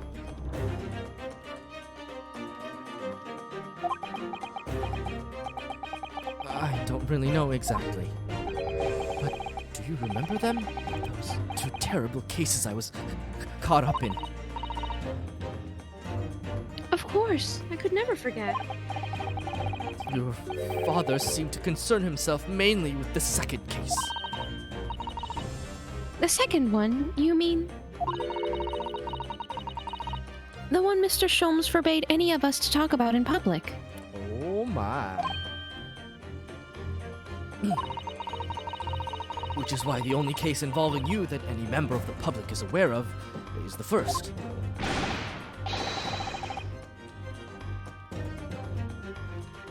Well, I don't care. I don't have to listen to what that dastardly detective says. Anyway, the point is, it seems that case somehow holds the key to all these curious, unanswered questions that you've been asking since the end of the last game. The beginning of the last game, actually. That horrific, hideous, heinous case. The case of the haunted lodgings.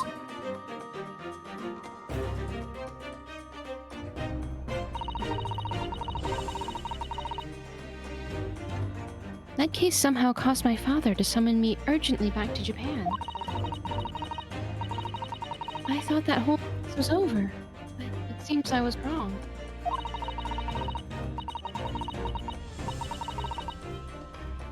Perhaps that was only the start. Perhaps the story is not yet told.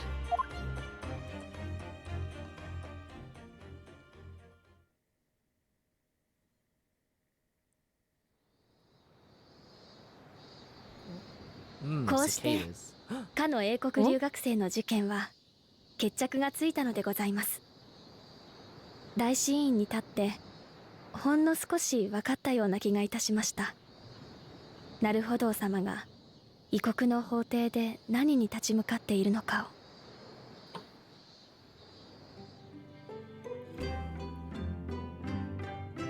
今日はもう一つお知らせしたいことがあって筆を取りました。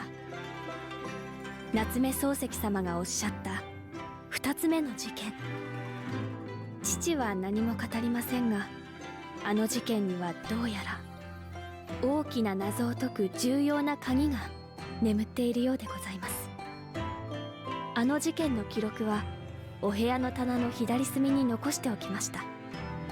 よろしければ振り返ってみてはいかがでしょうか。日本はいよいよ夏の盛り、今日も抜けるような青空でございます。なるほど様、もう一度お会いしたく存じます。すさと。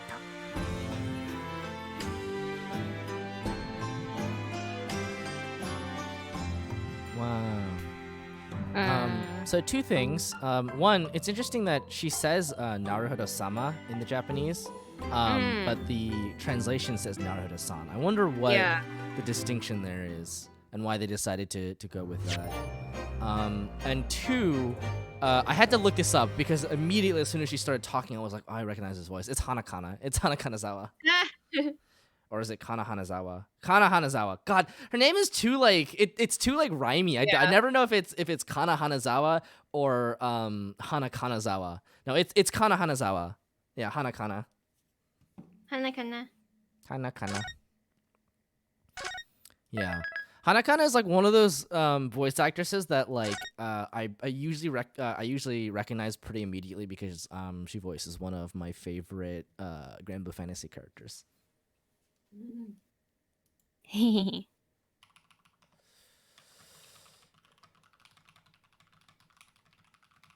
Okay, well, yeah. You said you thought the voice sounded familiar. Yeah, she's really famous. She's really well known. Hanakana is definitely one of those like really well known seiyuu. Who does she voice in Grand Blue? She voices Zeta. So she's a pretty popular character. Kana Hanazawa. But she's in like pretty much everything. Like, let's see, filmography. You didn't notice that one? Yeah. I feel like that's a really I mean, obviously because I play a lot of Grand Blue, it's like my like first thought of Yeah. Let's see.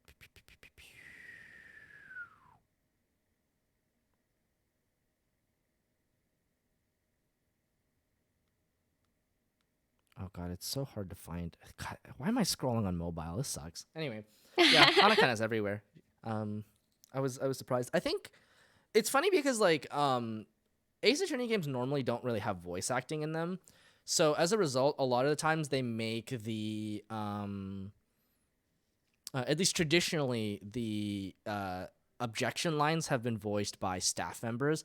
So for instance, Prosecutor Gatto in the original release of Trials and Tribulations in the original Japanese is actually voiced by Hideki Kamiya, who is the guy who made Bayonetta and like Beautiful Joe and that stuff.